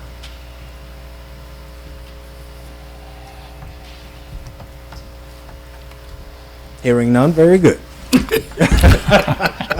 I want to say that of all, I've been to most every one of the Gold Nugget drops, and I had some reservations about our fireworks provider, and I aired those at one of our council meetings, but I want to say that was a very good fireworks show. Very good. Very good. All right. Nothing tonight. Wait till Tuesday. Yes, sir. Item number 2. I'm sure your passion for KISS is going to come out on Tuesday. Item number 2 on the agenda is our first request of the year. As you all know, last year we initiated the Community Development Grant, which is a grant opportunity for community organizations who desired for assistance at the amphitheater to do events. This grant money would be set aside for that. The reason for that is it helps from an accounting standpoint, and it helps from a management standpoint for us to put numbers to what it actually costs for us to allow somebody to use the amphitheater. Before the grant was initiated, we were actually just allowing people to use the amphitheater free of charge, and we had no way of really keeping track of what that actually cost the city. So the grant was set up, and so then the entity is actually billed for what they use, and then they are provided assistance in that sense to pay that bill back so that we can keep firm numbers on what it actually costs the city to do the event. So this year we have the same amount of money budgeted for it, $15,000 in this budget. This is a request from the Villa Rica Arts Coalition for the annual Arts Fest that they do. This is the 10th year for the Arts Fest. It's been a great asset to downtown. Brings in a lot of people from all over, and we see a great benefit in supporting this organization. I will say that there's probably some special emphasis on this year because the person who actually created the Arts Festival, Cheryl Taylor, has not been in the best of health, so they have other people helping to do the organization in her place, or helping her do the Arts Fest since she's not able to participate. So this will definitely help that group make sure that it stays at the same level it's been since Ms. Taylor's been doing it. How much did we supply last year? This request this year is just $200 more than it was last year. So basically it's about the same, it's extra $200. How much do we have left over in the grant from last year? We pretty much used all of the grant. I think we had a couple of $100 left over, but between Thomas Dorsey, the Arts Coalition, and Taste of Villa Rica, we pretty much used up the grant money last year. Any questions? Okay. Thank you, sir. Thank you much. Tab H, Public Works, Pete or Charlie or both?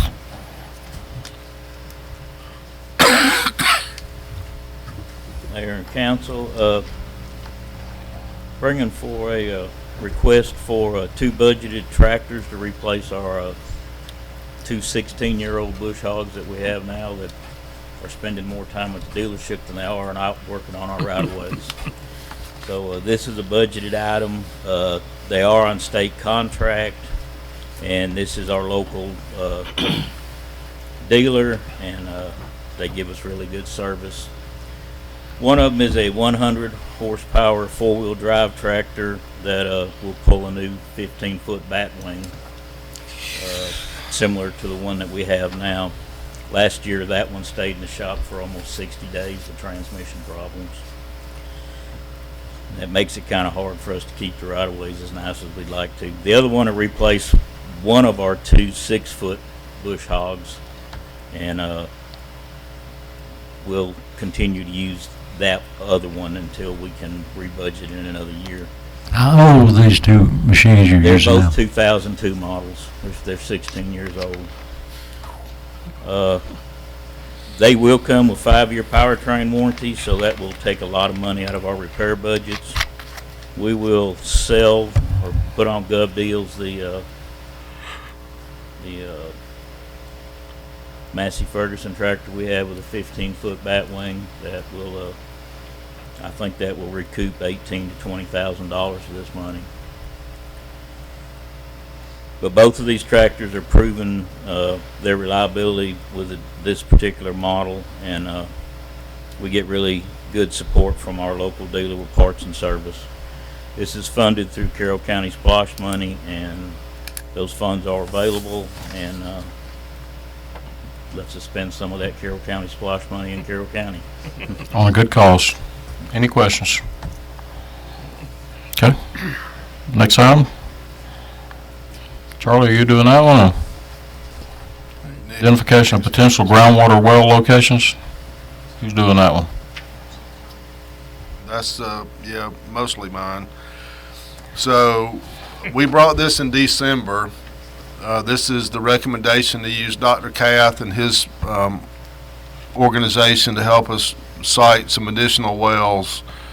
During the meeting, one of the council members asked that we talk to Dr. Tom Crawford also to get a proposal from him, and so we reached out to him, and to our surprise, he and Dr. Cath had already conferred about our project, and Dr. Crawford indicated that he wanted to be involved, but he wanted the contract to go through Dr. Cath's organization and he would simply be a participant.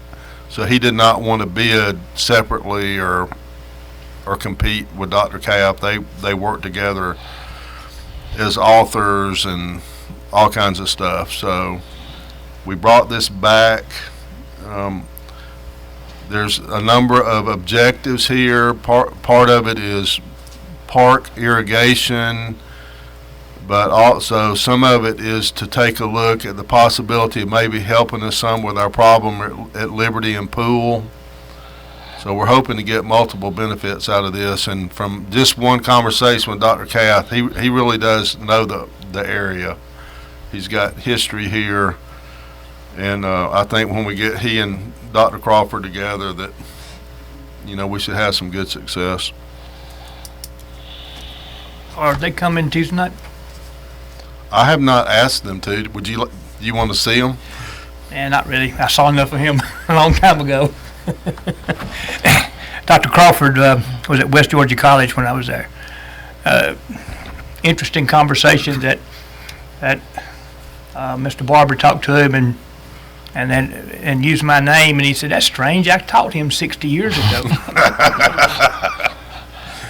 That's what he said.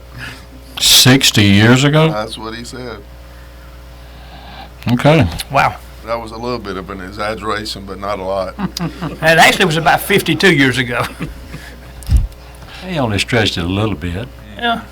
I guess when you He get that rounded age. up to the next decade was all. Yeah. And again, you listed the two things that are important, and I'm glad you did. Primarily the Pool Road situation. If we can find a short-term solution to that would turn into a long-term solution, that would be great. Any other questions on item number 2? Okay, if not, item number 3, some guy dressed up in a suit. Oh, wow.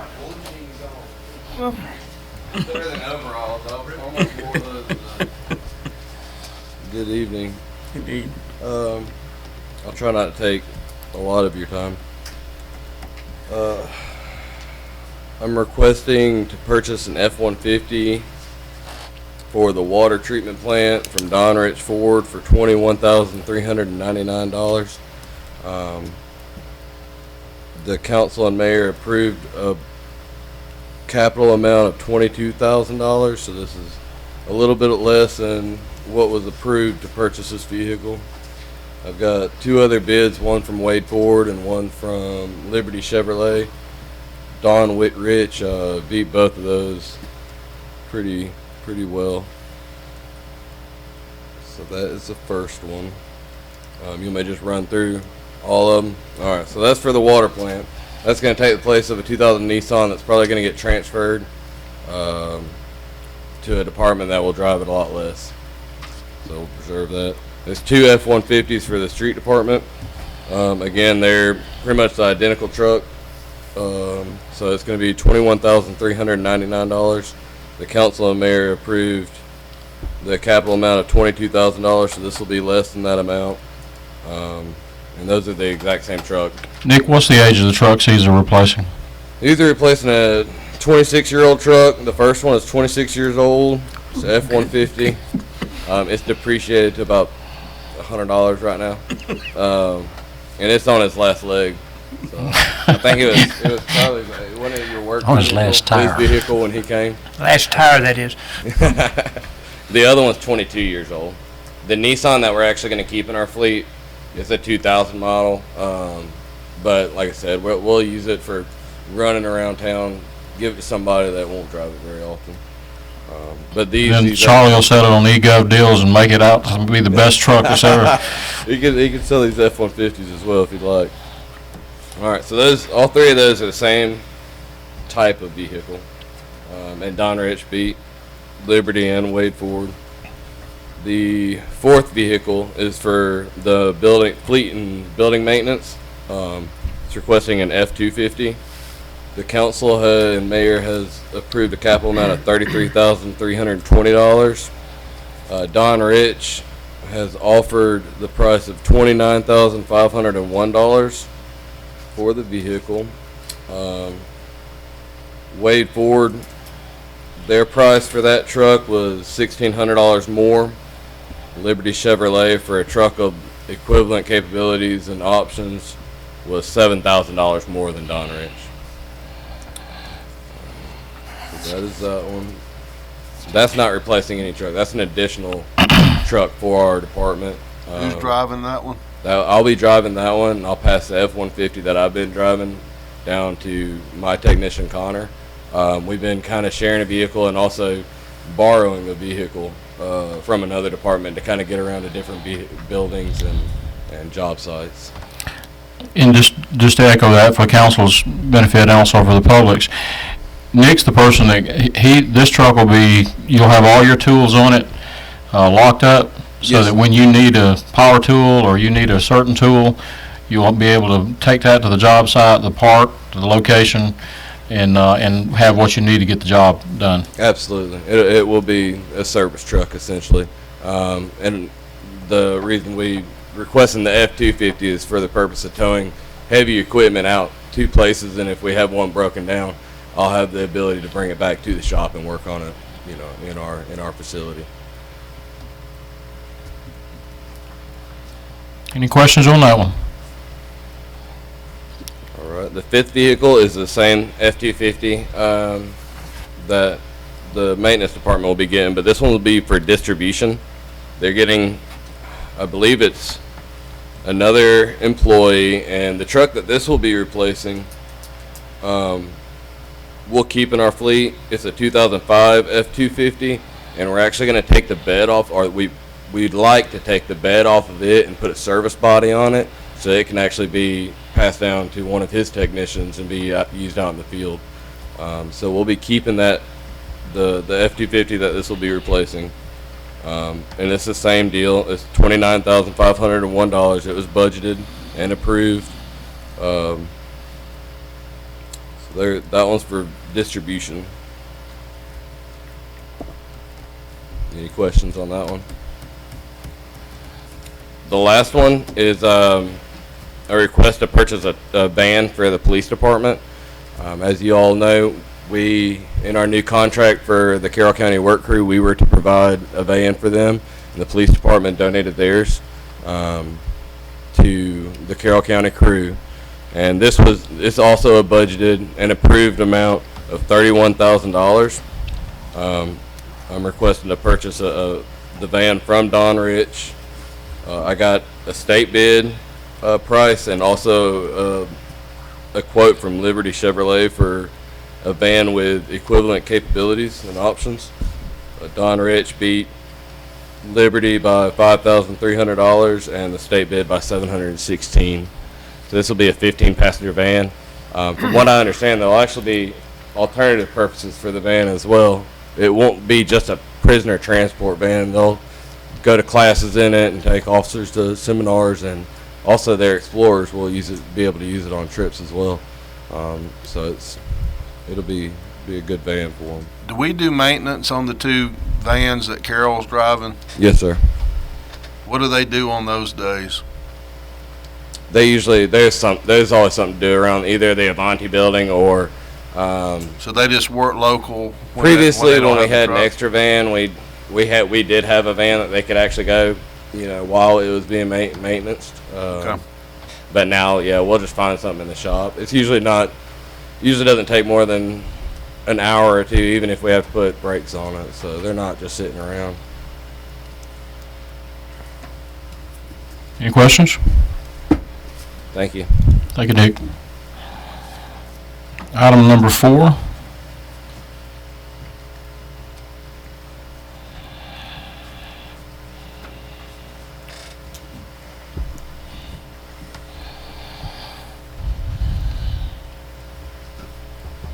I've joined the Public Works Department. And I bet you didn't think I was going to talk about this. No. All right, so in recent discoveries, we've been looking at our BOD and TSS surcharge calculations. So BOD is biochemical oxygen demand. So this is the amount of oxygen it takes to break down the organic matter in wastewater. TSS is total suspended solids. So these are organic and inorganic materials that are suspended in our wastewater. basically, so it's solids in our wastewater that have to be removed during the treatment process. All of our sewer customers, I don't want to say provide, but they input these things into the system. But our heaviest users, which are our industrial customers, they put a bigger demand on the plants because of the amount that they are discharging from their plants. So kind of an industry standard is to charge them an extra surcharge. So they pay the water rates and the sewer rates, and then an extra surcharge for the demand they put on the plants to remove the solids from the wastewater. We have the customers that we have, there's only a few that we are treated with this extra surcharge. We have all been educated this week on how we need to be doing those calculations, and part of that calculation, a lot of it's just industry standard, how much a gallon of water weighs, and you factor that into, you look at we have a limit, they're allowed to have 250 milligrams per liter of BOD and TSS. Anything above that we surcharge.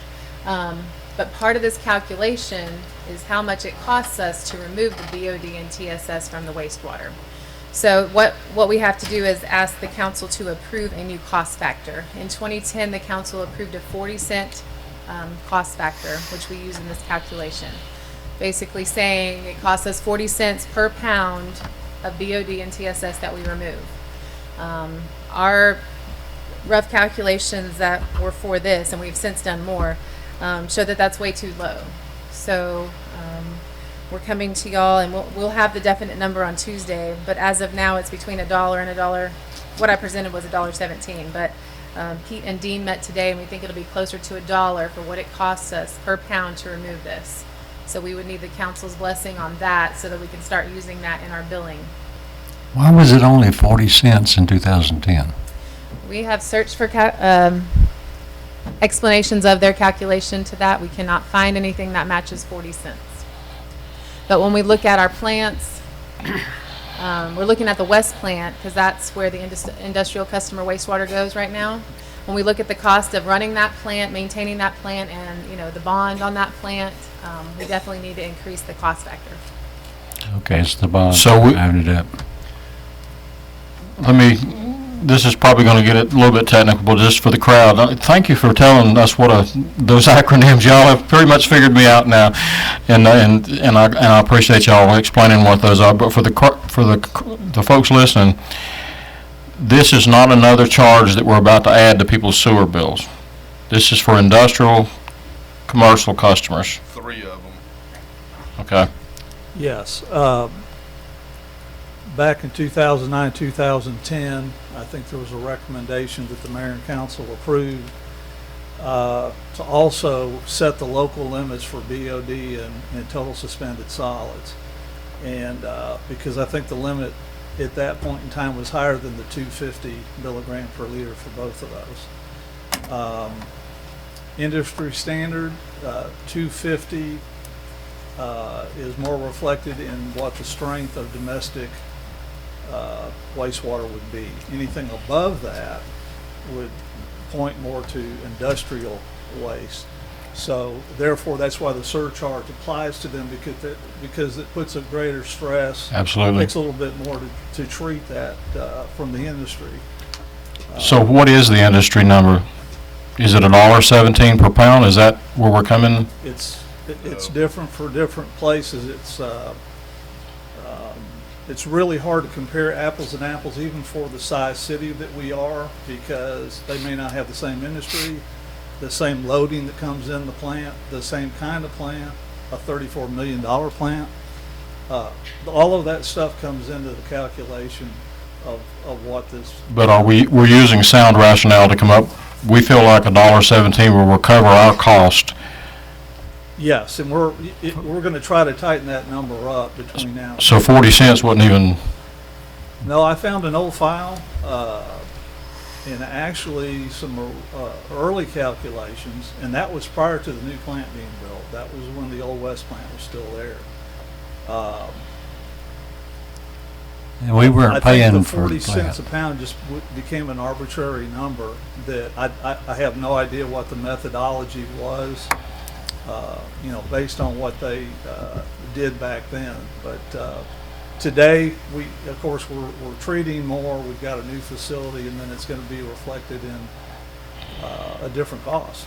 And you've got it broken down. Thank y'all for doing this. I don't know if the public can see that, but if you can see that this time there's some rationale that includes all the equipment costs, personnel costs, disposal, even repair and maintenance of buildings and equipment. All those factors are included to come up to that $1.17, and thank you for y'all for your diligence doing that. I think a large part of that number would have to do with paying off that plant. That plant is an expensive plant. Appreciation's up. So what's going to be the average amount that's going to go up for these industries? So how many pounds are they doing now? It's different in amounts for different facilities. Okay. And of course, the intent of the surcharge is to encourage the industry to reduce the loadings so they're below those limits. Correct. And they do pre-treatment. They have pre-treatment, Right. so they have their own in-house treatment to try to reduce that waste load. So when we receive it, it is underneath those levels. Yeah, but what I'm saying is $1.17 per pound. What I'm asking is, any industry that is in violation of this, or any industry that's doing this, what is their average amount that we're going to charge them with? Well, I'd have to go back and get with Sarah on the bills, because she, we try to see where the exceedance above the 250 is and give that information to her, and then she calculates, So are we saying it's going to go up $500, $5,000? It'll depend again. I mean, we have we have 3 right now that are being charged the surcharge, and we have, kind of 2 extremes. So we have one user that doesn't go over the allotted amount very much. So their surcharge is $200 or something, where you have another one that may pay multiple thousands of dollars. So we can come back with the, estimated increases on Tuesday. Yeah. I'm expecting that the one that has the biggest excess is going to redo their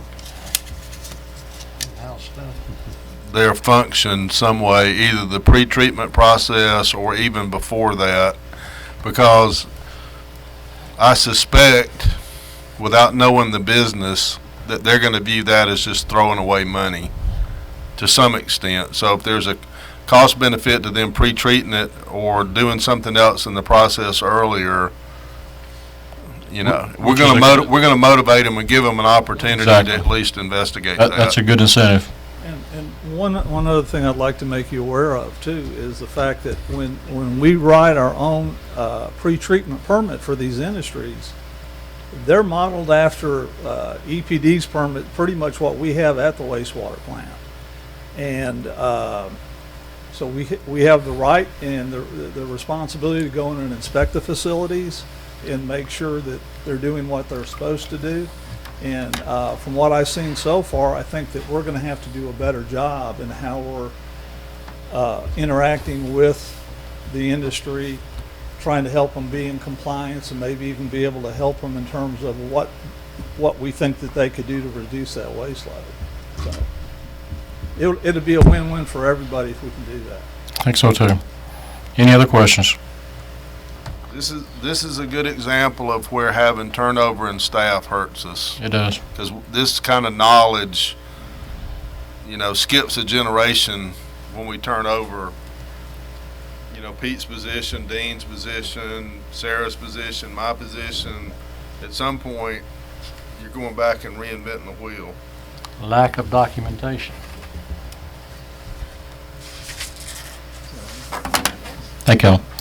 If you would, Tom asked me to speak briefly, and I apologize that it wasn't on the agenda, about the failure to monitor that we had with the radionuclides and the inorganics. So would you like me to do a brief rundown on what took place there? It's not on the agenda, so but I do think it's important that we respond to that individual. And we did provide the information to the public. Yes, sir. So. Yeah, I was concerned that y'all might have questions and want to talk to Pete about it. This was a comment that was made in public comment at our last meeting. I would like to hear it, like for him to proceed. That's okay with you.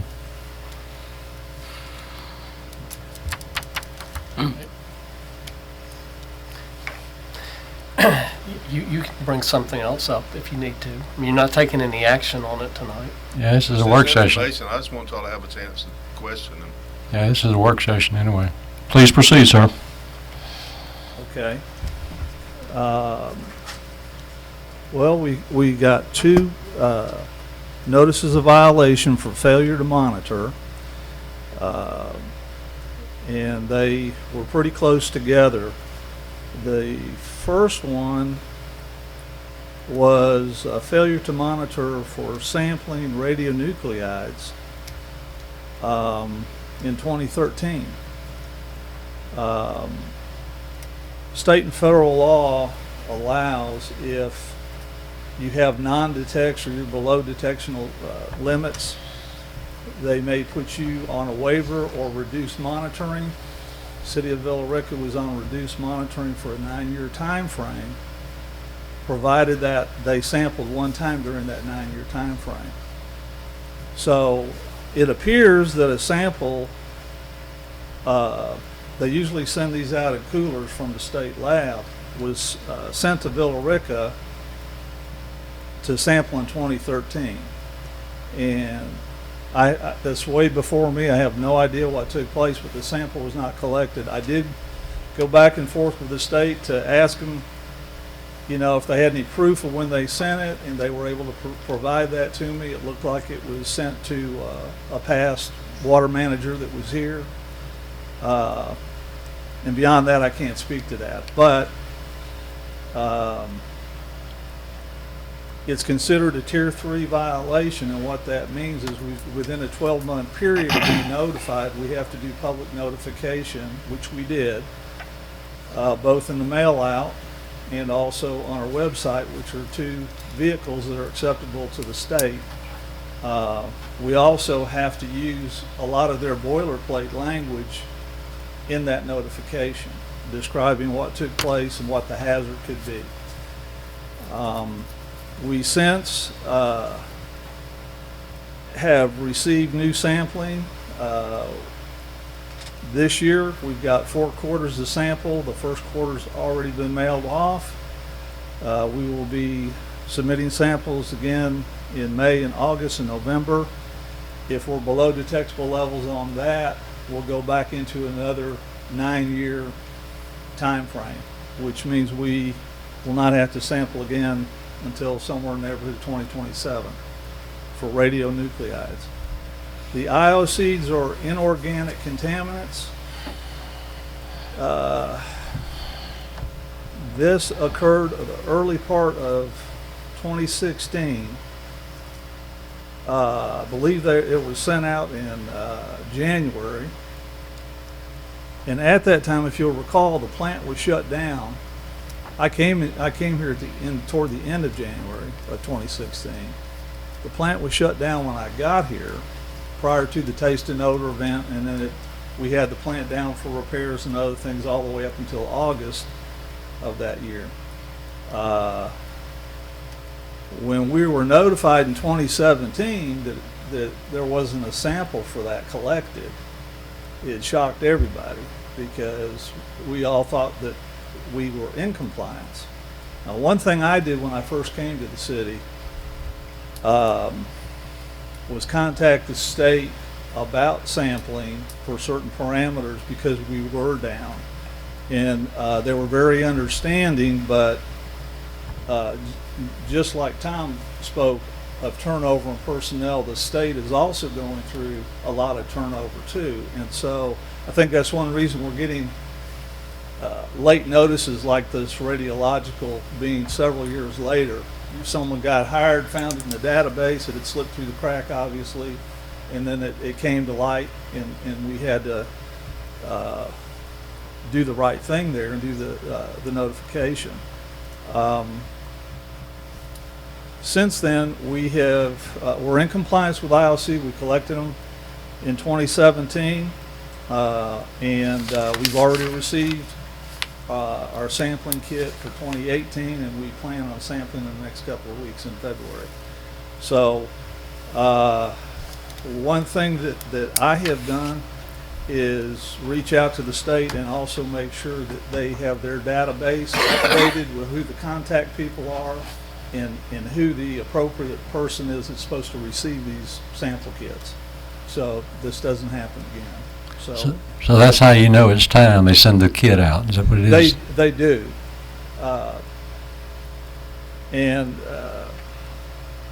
It's a challenge, and the thing is, the way it is nowadays, we have to do our due diligence. We have to stay on top of what the protocol is. We can't wait on the state because of what I talked about, the turnover and all that. I mean, we have other sampling that we have to do monthly that sometimes it gets here the day of, and they've got to do a little bit better job. But I'm having an ongoing dialogue with the lab about trying to get these out quicker, because a lot of times we have to ice the sample. We actually have to drive it to Atlanta to the lab. So we have to at least have an opportunity to do that. But there's still no excuse that we're not, paying attention and making sure that we're staying on all the sampling protocol to safeguard the public health with what we're charged with. But right now, we're up to date, you're telling us? Yes. Okay. We are. That's a good thing. Any other questions? Thank you, Pete. Tab I, Police Department.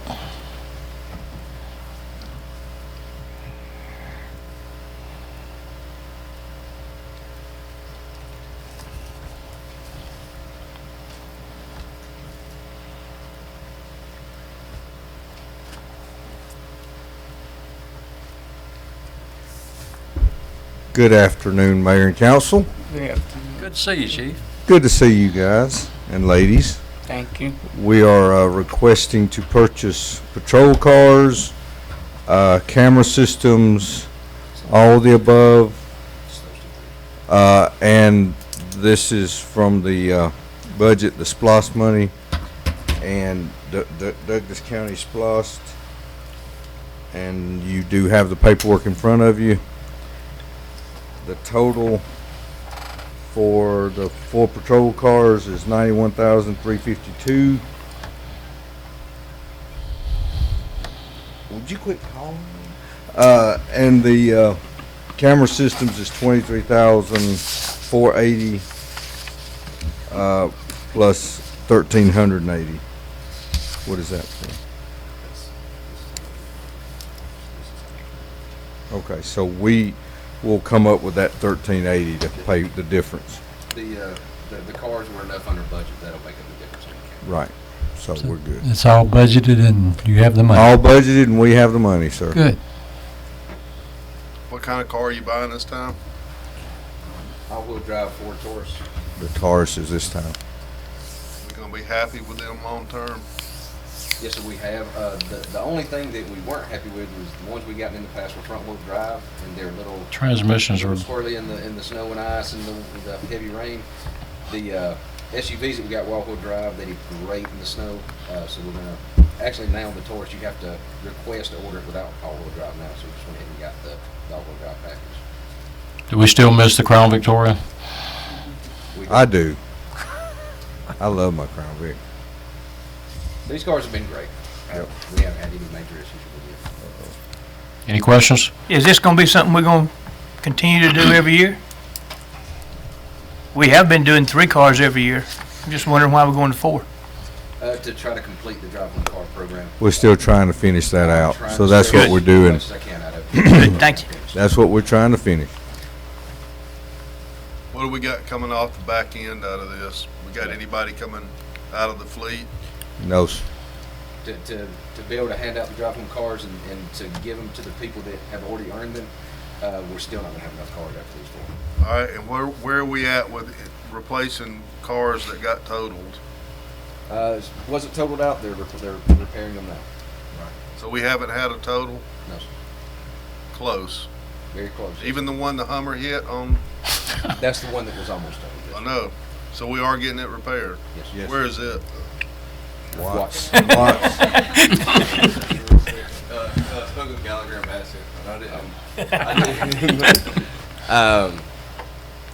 I'm speaking with the adjuster now. The damage total was $6,800, so it was right at the line. They don't like paying for anything that's over 70% of that car's value. But I am currently trying to work out a deal to where we go ahead and replace it. It's already over our deductible. I don't see any point in not repairing it. It's just, we do need it, and that's why we can't afford to take any other cars and replace them and take them off our fleet. Did I not? You want to have it repaired? I do. I recommend repairing it for the amount. And Glenn Watts at Watts Collision, he'll do good work, and he's giving us a really good price. Is it mostly body and not engine? Mostly body. Yeah, there's some hub damage, but not really mechanical. Is the repair underway already? It's not underway. We're waiting on Gallagher and Bassett. So the Hummer won. Oh, yeah, quite a bit. Large bit. Hands down. Yeah. You don't mess with I saw a little bit of dirt on the front of the Hummer. I think that was the only damage. Hummer survived. Thank you. Thank you, Chief. Go Dog.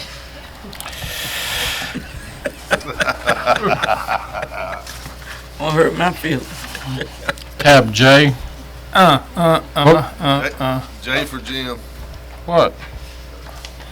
Did I mess something up? No, No. that was the go Dogs. That was Oh. go dog. He said go dog. Oh. You missed that, didn't you? Go ahead, sir. Good afternoon, Mayor Council. First on the agenda for me is to enter an agreement with Software Effect Enterprises for $750 a month for monitoring, but that's kind of an understatement. It's a very proactive monitoring approach. They do internal and external penetration testing. They'll know our weaknesses well before we do. It's for our switches, routers, and all of our servers. I've also notified that Blue Group that they are being phased out as of next month. So this will come in well under what we're paying them currently. Okay, tell us, give us an idea what you're talking about monitoring now. I'm looking at your... All of like event viewer logs on each server, be it just warning, critical errors, anything. He's alerted and will let us know. I'm typically alerted also, but not at the same level as what he would be doing as far as for our routers, switches, and servers. So this is a company that I used in Fairburn. This is probably one of the best services for the money.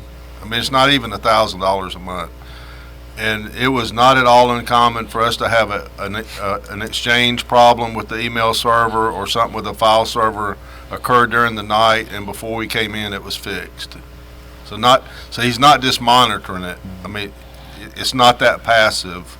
It's a monitor and fix. He has a software that basically he dumps the logs in and filters them out and knows exactly what to look for, and he just sifts through them a lot faster than I can. Whereas right now, me going through our logs and looking at everything is probably eating up about 30% of my day. So this will free me up to do things that I need to be doing more hands-on. Okay, so you answered my next question. So this is above and beyond, because that's what we're paying you for, to do is information technology. I'll be handling the issues as they come up, yes, sir. Okay. Okay, and their pricing, I see the $750 a month. I also see $110 per hour, the hour rate agreed on by the city and them. What's that about on part 2 of the pricing? What's the $110 an hour for? That's if we have them doing anything outside the scope of just the monitoring. Like if we had him come in and fill in for me, say if I was on vacation, he would obviously know our network and our system better than anybody else we could get off the street at that time. So if I was on vacation, something popped up that was an emergency, that's what his charge would be. Oh, he says that's negotiable. Did y'all negotiate another price, or did you stick with that 110? If you read the line, it says... Yeah, that's 110. And 110 is very Okay. good. Most people, like take your CPAC, or Blue Group, for example, Pro On Call, other mama shop pop places that do this for on the side or as a supplemental service. They charge anywhere from $150 to $175 an hour, and whether they look at your system for 15 minutes, 30 minutes, you're going to pay an hour, sometimes 2 hour minimum. I've worked with Charles enough to know already, and Tom can attest to this. You're going to get every bit of that hour and probably then some. Okay. Very good service for the money. Absolutely. Any other questions? Item number 2.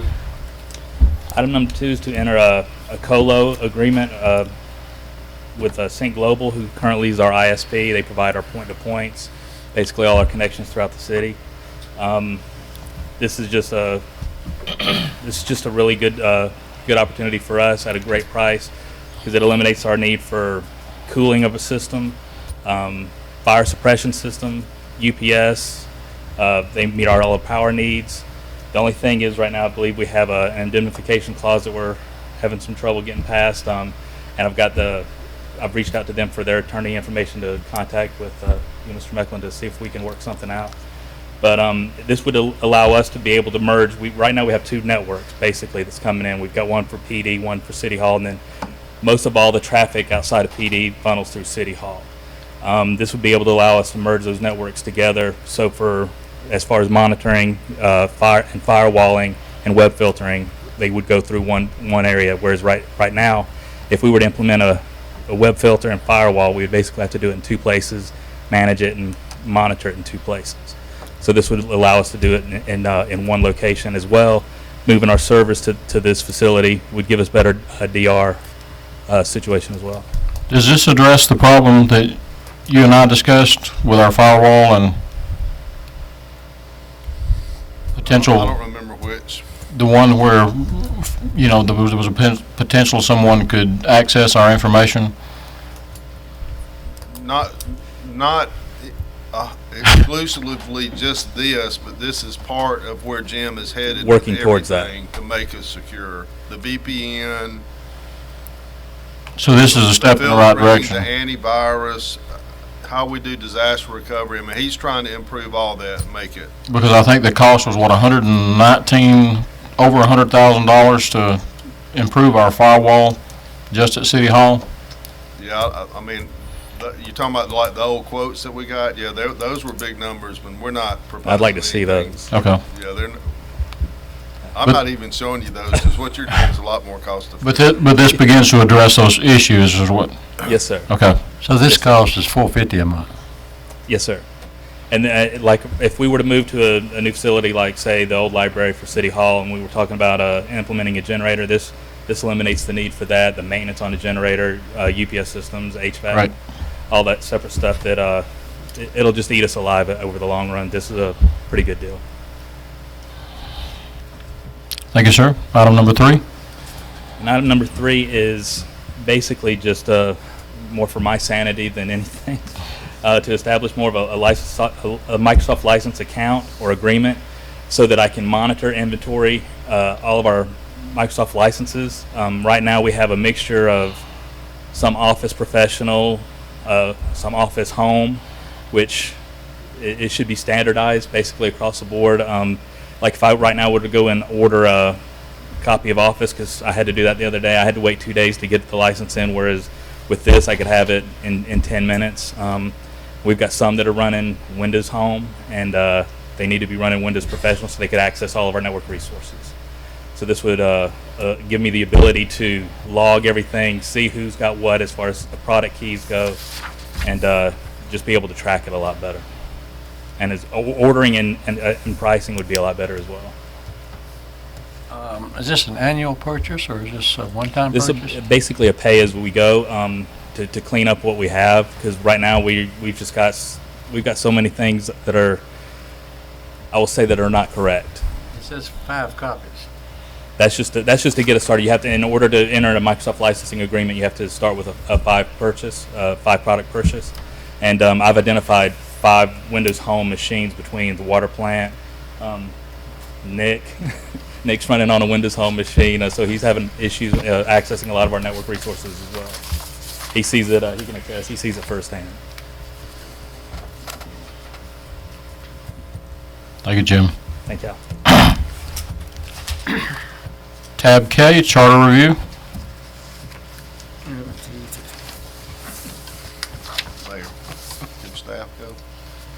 Yes, I think, Y'all gone? unless y'all want to stay and listen to the charter, I mean, you're certainly welcome. Jim? We don't want to, we know they don't. Hey, I said, we don't, they Think hurry about up it. and get out of here, didn't You staying? Okay. You just can't stand it. Pete, y'all can go. Thanks, guys. There goes our audience. Oh, but we still got Teresa. Hey, Would you move over there so it looks like we're... Jody, how's it feel to be 100% of the audience? No? Since I've been here, I think it is. Not discounting my wife, of course, who's back there. She's also a member of the audience technically right now. She doesn't contribute or. She can. I ask her every night if. Okay, David, would you like to start this discussion, or? Sure, I'll be glad to. You've got, I think you got yesterday, version 3 of the proposed charter. Down at the bottom, it should have a blue 3 there to tell you that it's version 3.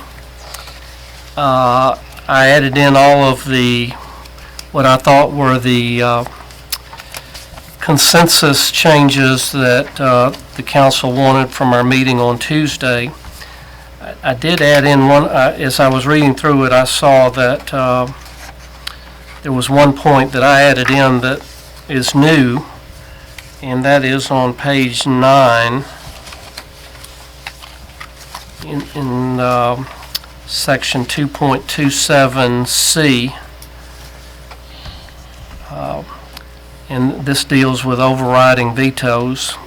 We had provided in there that a vetoed ordinance would come back before the council at its next meeting. And I wanted to build in some sort of protection for the fact that if somebody happened to be out at that next meeting so that there weren't 4 council people present, if somebody was just simply sick, it would be unfair not to be able to override the veto because of the fact that somebody was sick or was out of town on a pre-planned trip. So I did build in the ability for the council to delay that vote until there were enough people there to actually override it. Up to 30 days. Up to 30 days, yeah, not forever, but to give you some sort of backup is, if you have the mayor veto an ordinance, and then there's a call for a meeting the very next day to vote to override that veto, and you've got somebody that's got to be out of town, Which we have. it's just not fair to have it go through without having a fair vote on it. Yeah, like right now, we only have 3 members here, so. Right, I mean, this is a good example. y'all don't hurry up, you don't have. So that was the only intentional change I made. My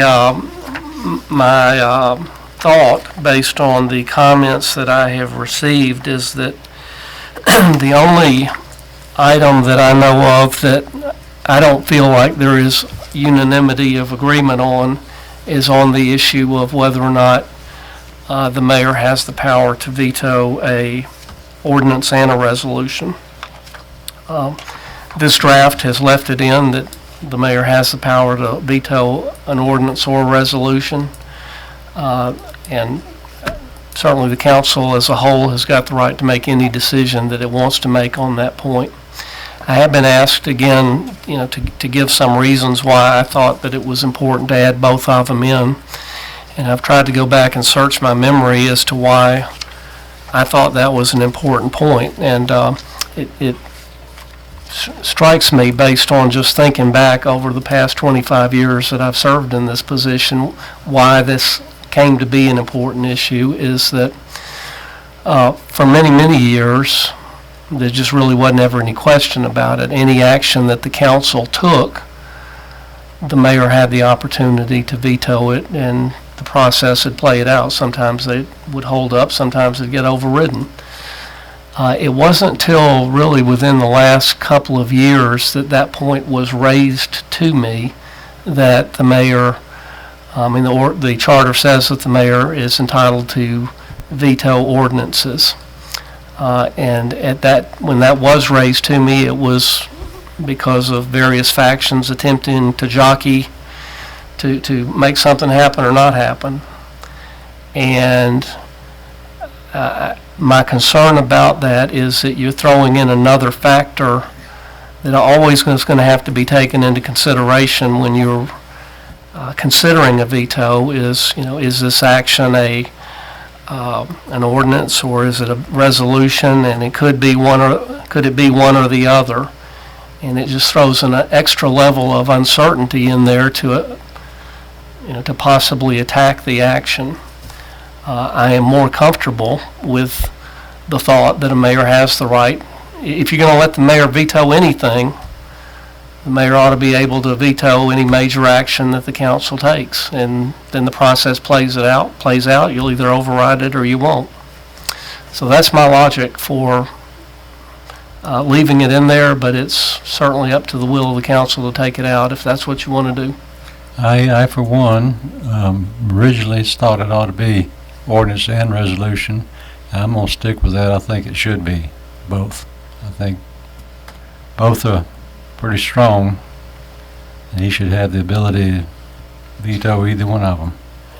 So I'm going to stick with both of them, ordinance and resolution. Yeah. One other point, Danny, is that, I don't want to pay me to go do a comprehensive study, but I have looked at a bunch of other cities, and there are some that do just limit it to the mayor has the right to veto an ordinance, but most of them, and I can't give you the statistics, but most of them do provide that it's more than just an ordinance, that the mayor can veto ordinances, resolutions, and many of them say other actions.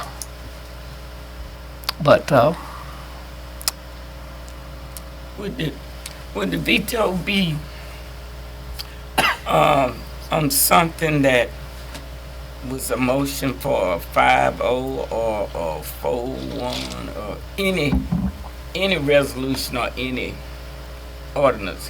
They can veto. It can be vetoed. it can be, practically speaking, if the mayor exercises a veto on a 5-0 vote, that's,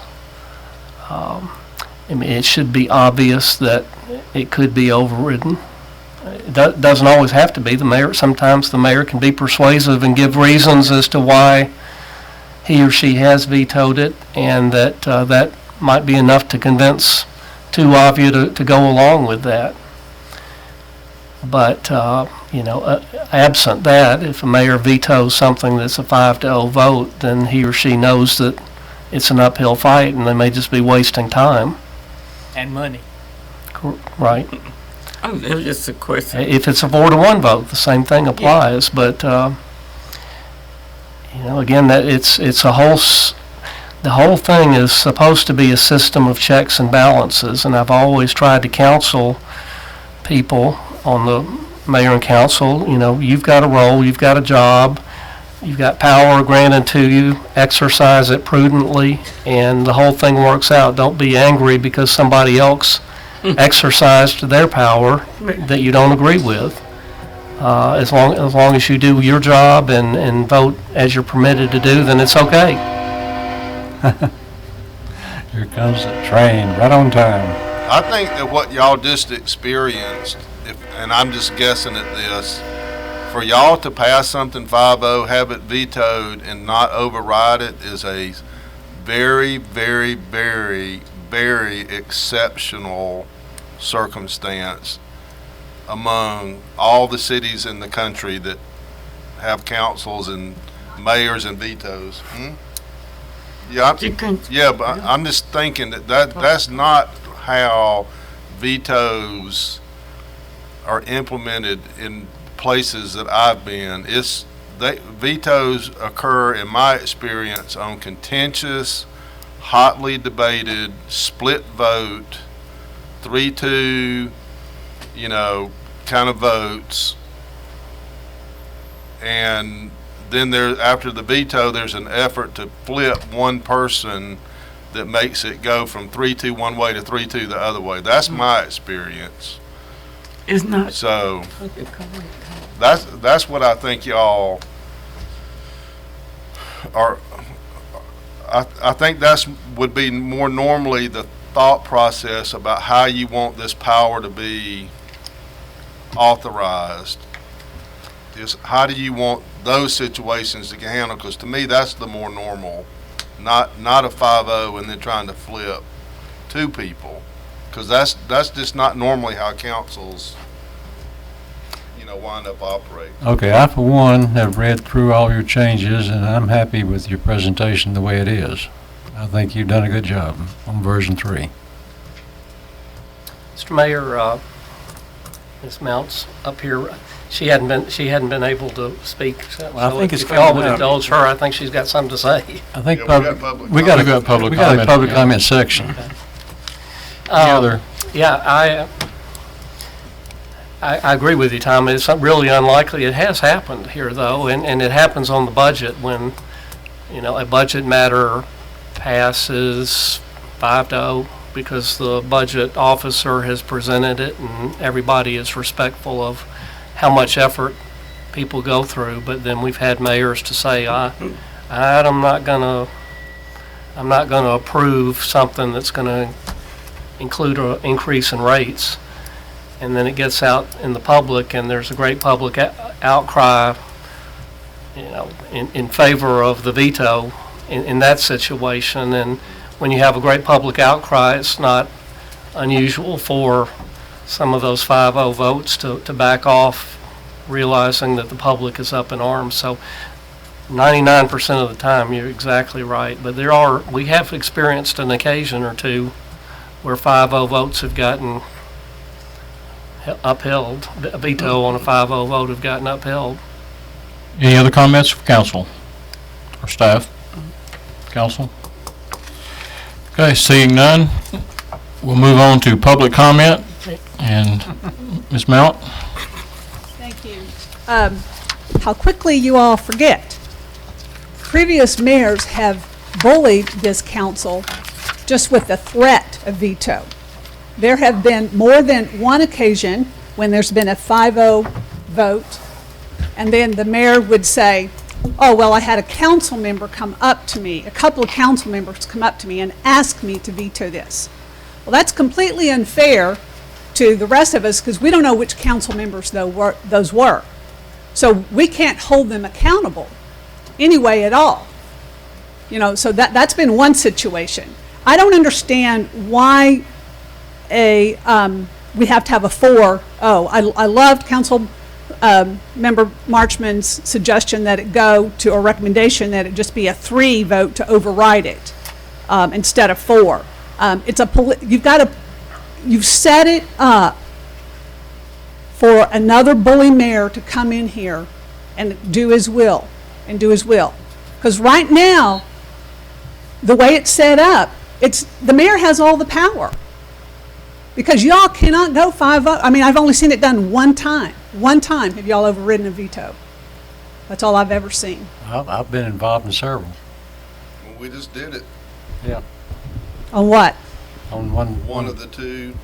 items he He vetoed. rescinded it. He Yeah, rescinded but I mean, one. That would have been, He rescinded it, from my view, that would have been an override. but he It was a rescinded it. 5-0 It didn't vote get that Yeah. opportunity on there. So it just doesn't make any sense to me. When the community was 5,000 people, it made more sense. But when we're almost 15,000, that you're going to cut out, what, 3/5 of the population? If it's roughly, the ward's roughly on population size? It doesn't make any sense to me. It just doesn't make any sense. And, Jeff, do I trust you to not do as former administrators? Yes, I do. Do I trust the next mayor? I have no idea. I have no idea. And if y'all can't make decisions based on what's best for the future of the city, God help us all. God help us all. Because we've had administrations that were more concerned with getting the vote to get them in office next time and weren't concerned about the water and the sewer issues that are life and death issues. life and death. We're just lucky that the house that burned down in Councilmember Marchman's district several years ago, no one lived in it. Because there was no pressure to put it out. And that's all over this city. So, please think about the future of this city and think about the difference. We're not a 5,000 city population anymore. It makes a lot of difference. On section 3.11, this needs to say mayor and council members. We're talking about council interference and administration. It needs to say mayor and council members. I know there's some wishy-washy talk about council members includes mayors, but throughout the document it says mayor and council members. And as an attorney, that's certainly a point I would argue. What page you on? I'm on page 10. That is section 311 in the council's interference with administration. So the way it reads, it sounds like the mayor can interfere, but the council can't. And I also have a question about 3.2A, where it says all members of boards, commissions, and authorities of the city shall be appointed by the council for such terms, blah, blah, blah, unless it's prescribed by another manner of appointment is prescribed by this charter or by applicable state law. So I know that there are several things, like the Cemetery Commission, for one, that is a mayor, under our ordinance, is a mayor appointee only. It doesn't get anything about council, so I don't understand that. And also, it seems to me that the Housing Authority, that's one I never understood. How come the mayor had carte blanche to appoint his people on that one? So I don't know if The state law that statute state law says that. mayor gets to do that? Okay. Right. All right. But I don't think the state law says anything about our Cemetery commissions committee, no. on that. Which, oh, look, you're on section 3.12. Okay. 3.12A, yeah. And those are the only two that I am aware of that the mayor just appoints on that. But, y'all, man, you spent a lot of time on this, and I'm glad for that. Some of it has seemed a little, anyway, but think about the future. This is not about what you personally would do. It's about protecting the city in the future. Thank you. Thank you, Jody. Okay. I have something direct to David. What she brought up on 311, do you I think that's a good point. I'll make that I thought it correction. was too, because sometimes we talk about the council, there's just the five of us, and sometimes we talk about the mayor. I did mention that at another work, that there were several places in here where it just said council. I did mention that, so. I thought all along, we've always considered the mayor as part of the council. Well, I'm going to read to you where it says that. Well, I think, to Jody's point, I think that needs to be spelled out. I agree with what you said. For consistency's sake, yes, it Yeah. should be made. I like it from that standpoint. Yeah, and I will make that change. Somewhere in here it's defined that the city council includes the mayor. Yeah, here it is on section 2.10 on page 6. See, to me, you would use the phrase like elected officials and define that as mayor and council. And then anytime you use elected officials, it would mean that. And if you said city council, it would mean just the five. Right. But to use them like this, Yeah, that to me dangerous. is confusing. It is. I will go back and make sure that there is consistency throughout so that nobody will ever raise that as an issue. If somebody could raise it, they will eventually. My other argument would be if you define mayor and council as the city council, then you can never refer to the city council. But there's not a nomenclature for the five. You know what I'm saying? I mean, there's no way to parse them out of the definition when you do it that way. Because on page 16, you do talk about the mayor or council members, so you've separated them there. In most instances, I did try and use mayor and council member. In that one section, I missed it, maybe more. But we'll go back and check that to make sure. I didn't see a single gender-specific thing in here. took about 3 different tries to get them out. Councilmember Marchman. Yeah, if you find a council man in there, let me know. Okay, let's go through and do our consent agenda. Can we do consent with the 2 of them absent? We have a quorum. Well, I mean, I guess my question is, should you? Yeah, if we don't do it now, we Well, don't have one. I know, but There are some things in here we do don't. y'all have a practice for that? We don't do consent agendas until, No. If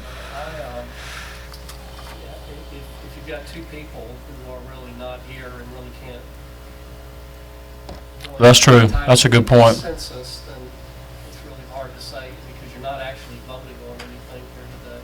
that's true. I And just want to change that and make it the first item of business at the meeting is to decide what's going to be on the consent agenda.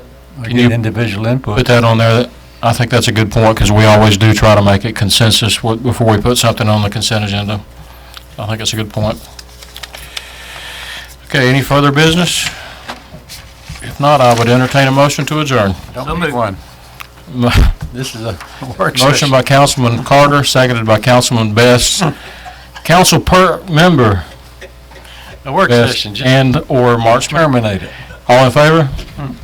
We are adjourned. Can't make motion, remember? You can't vote twice, chief. You can't vote twice, chief.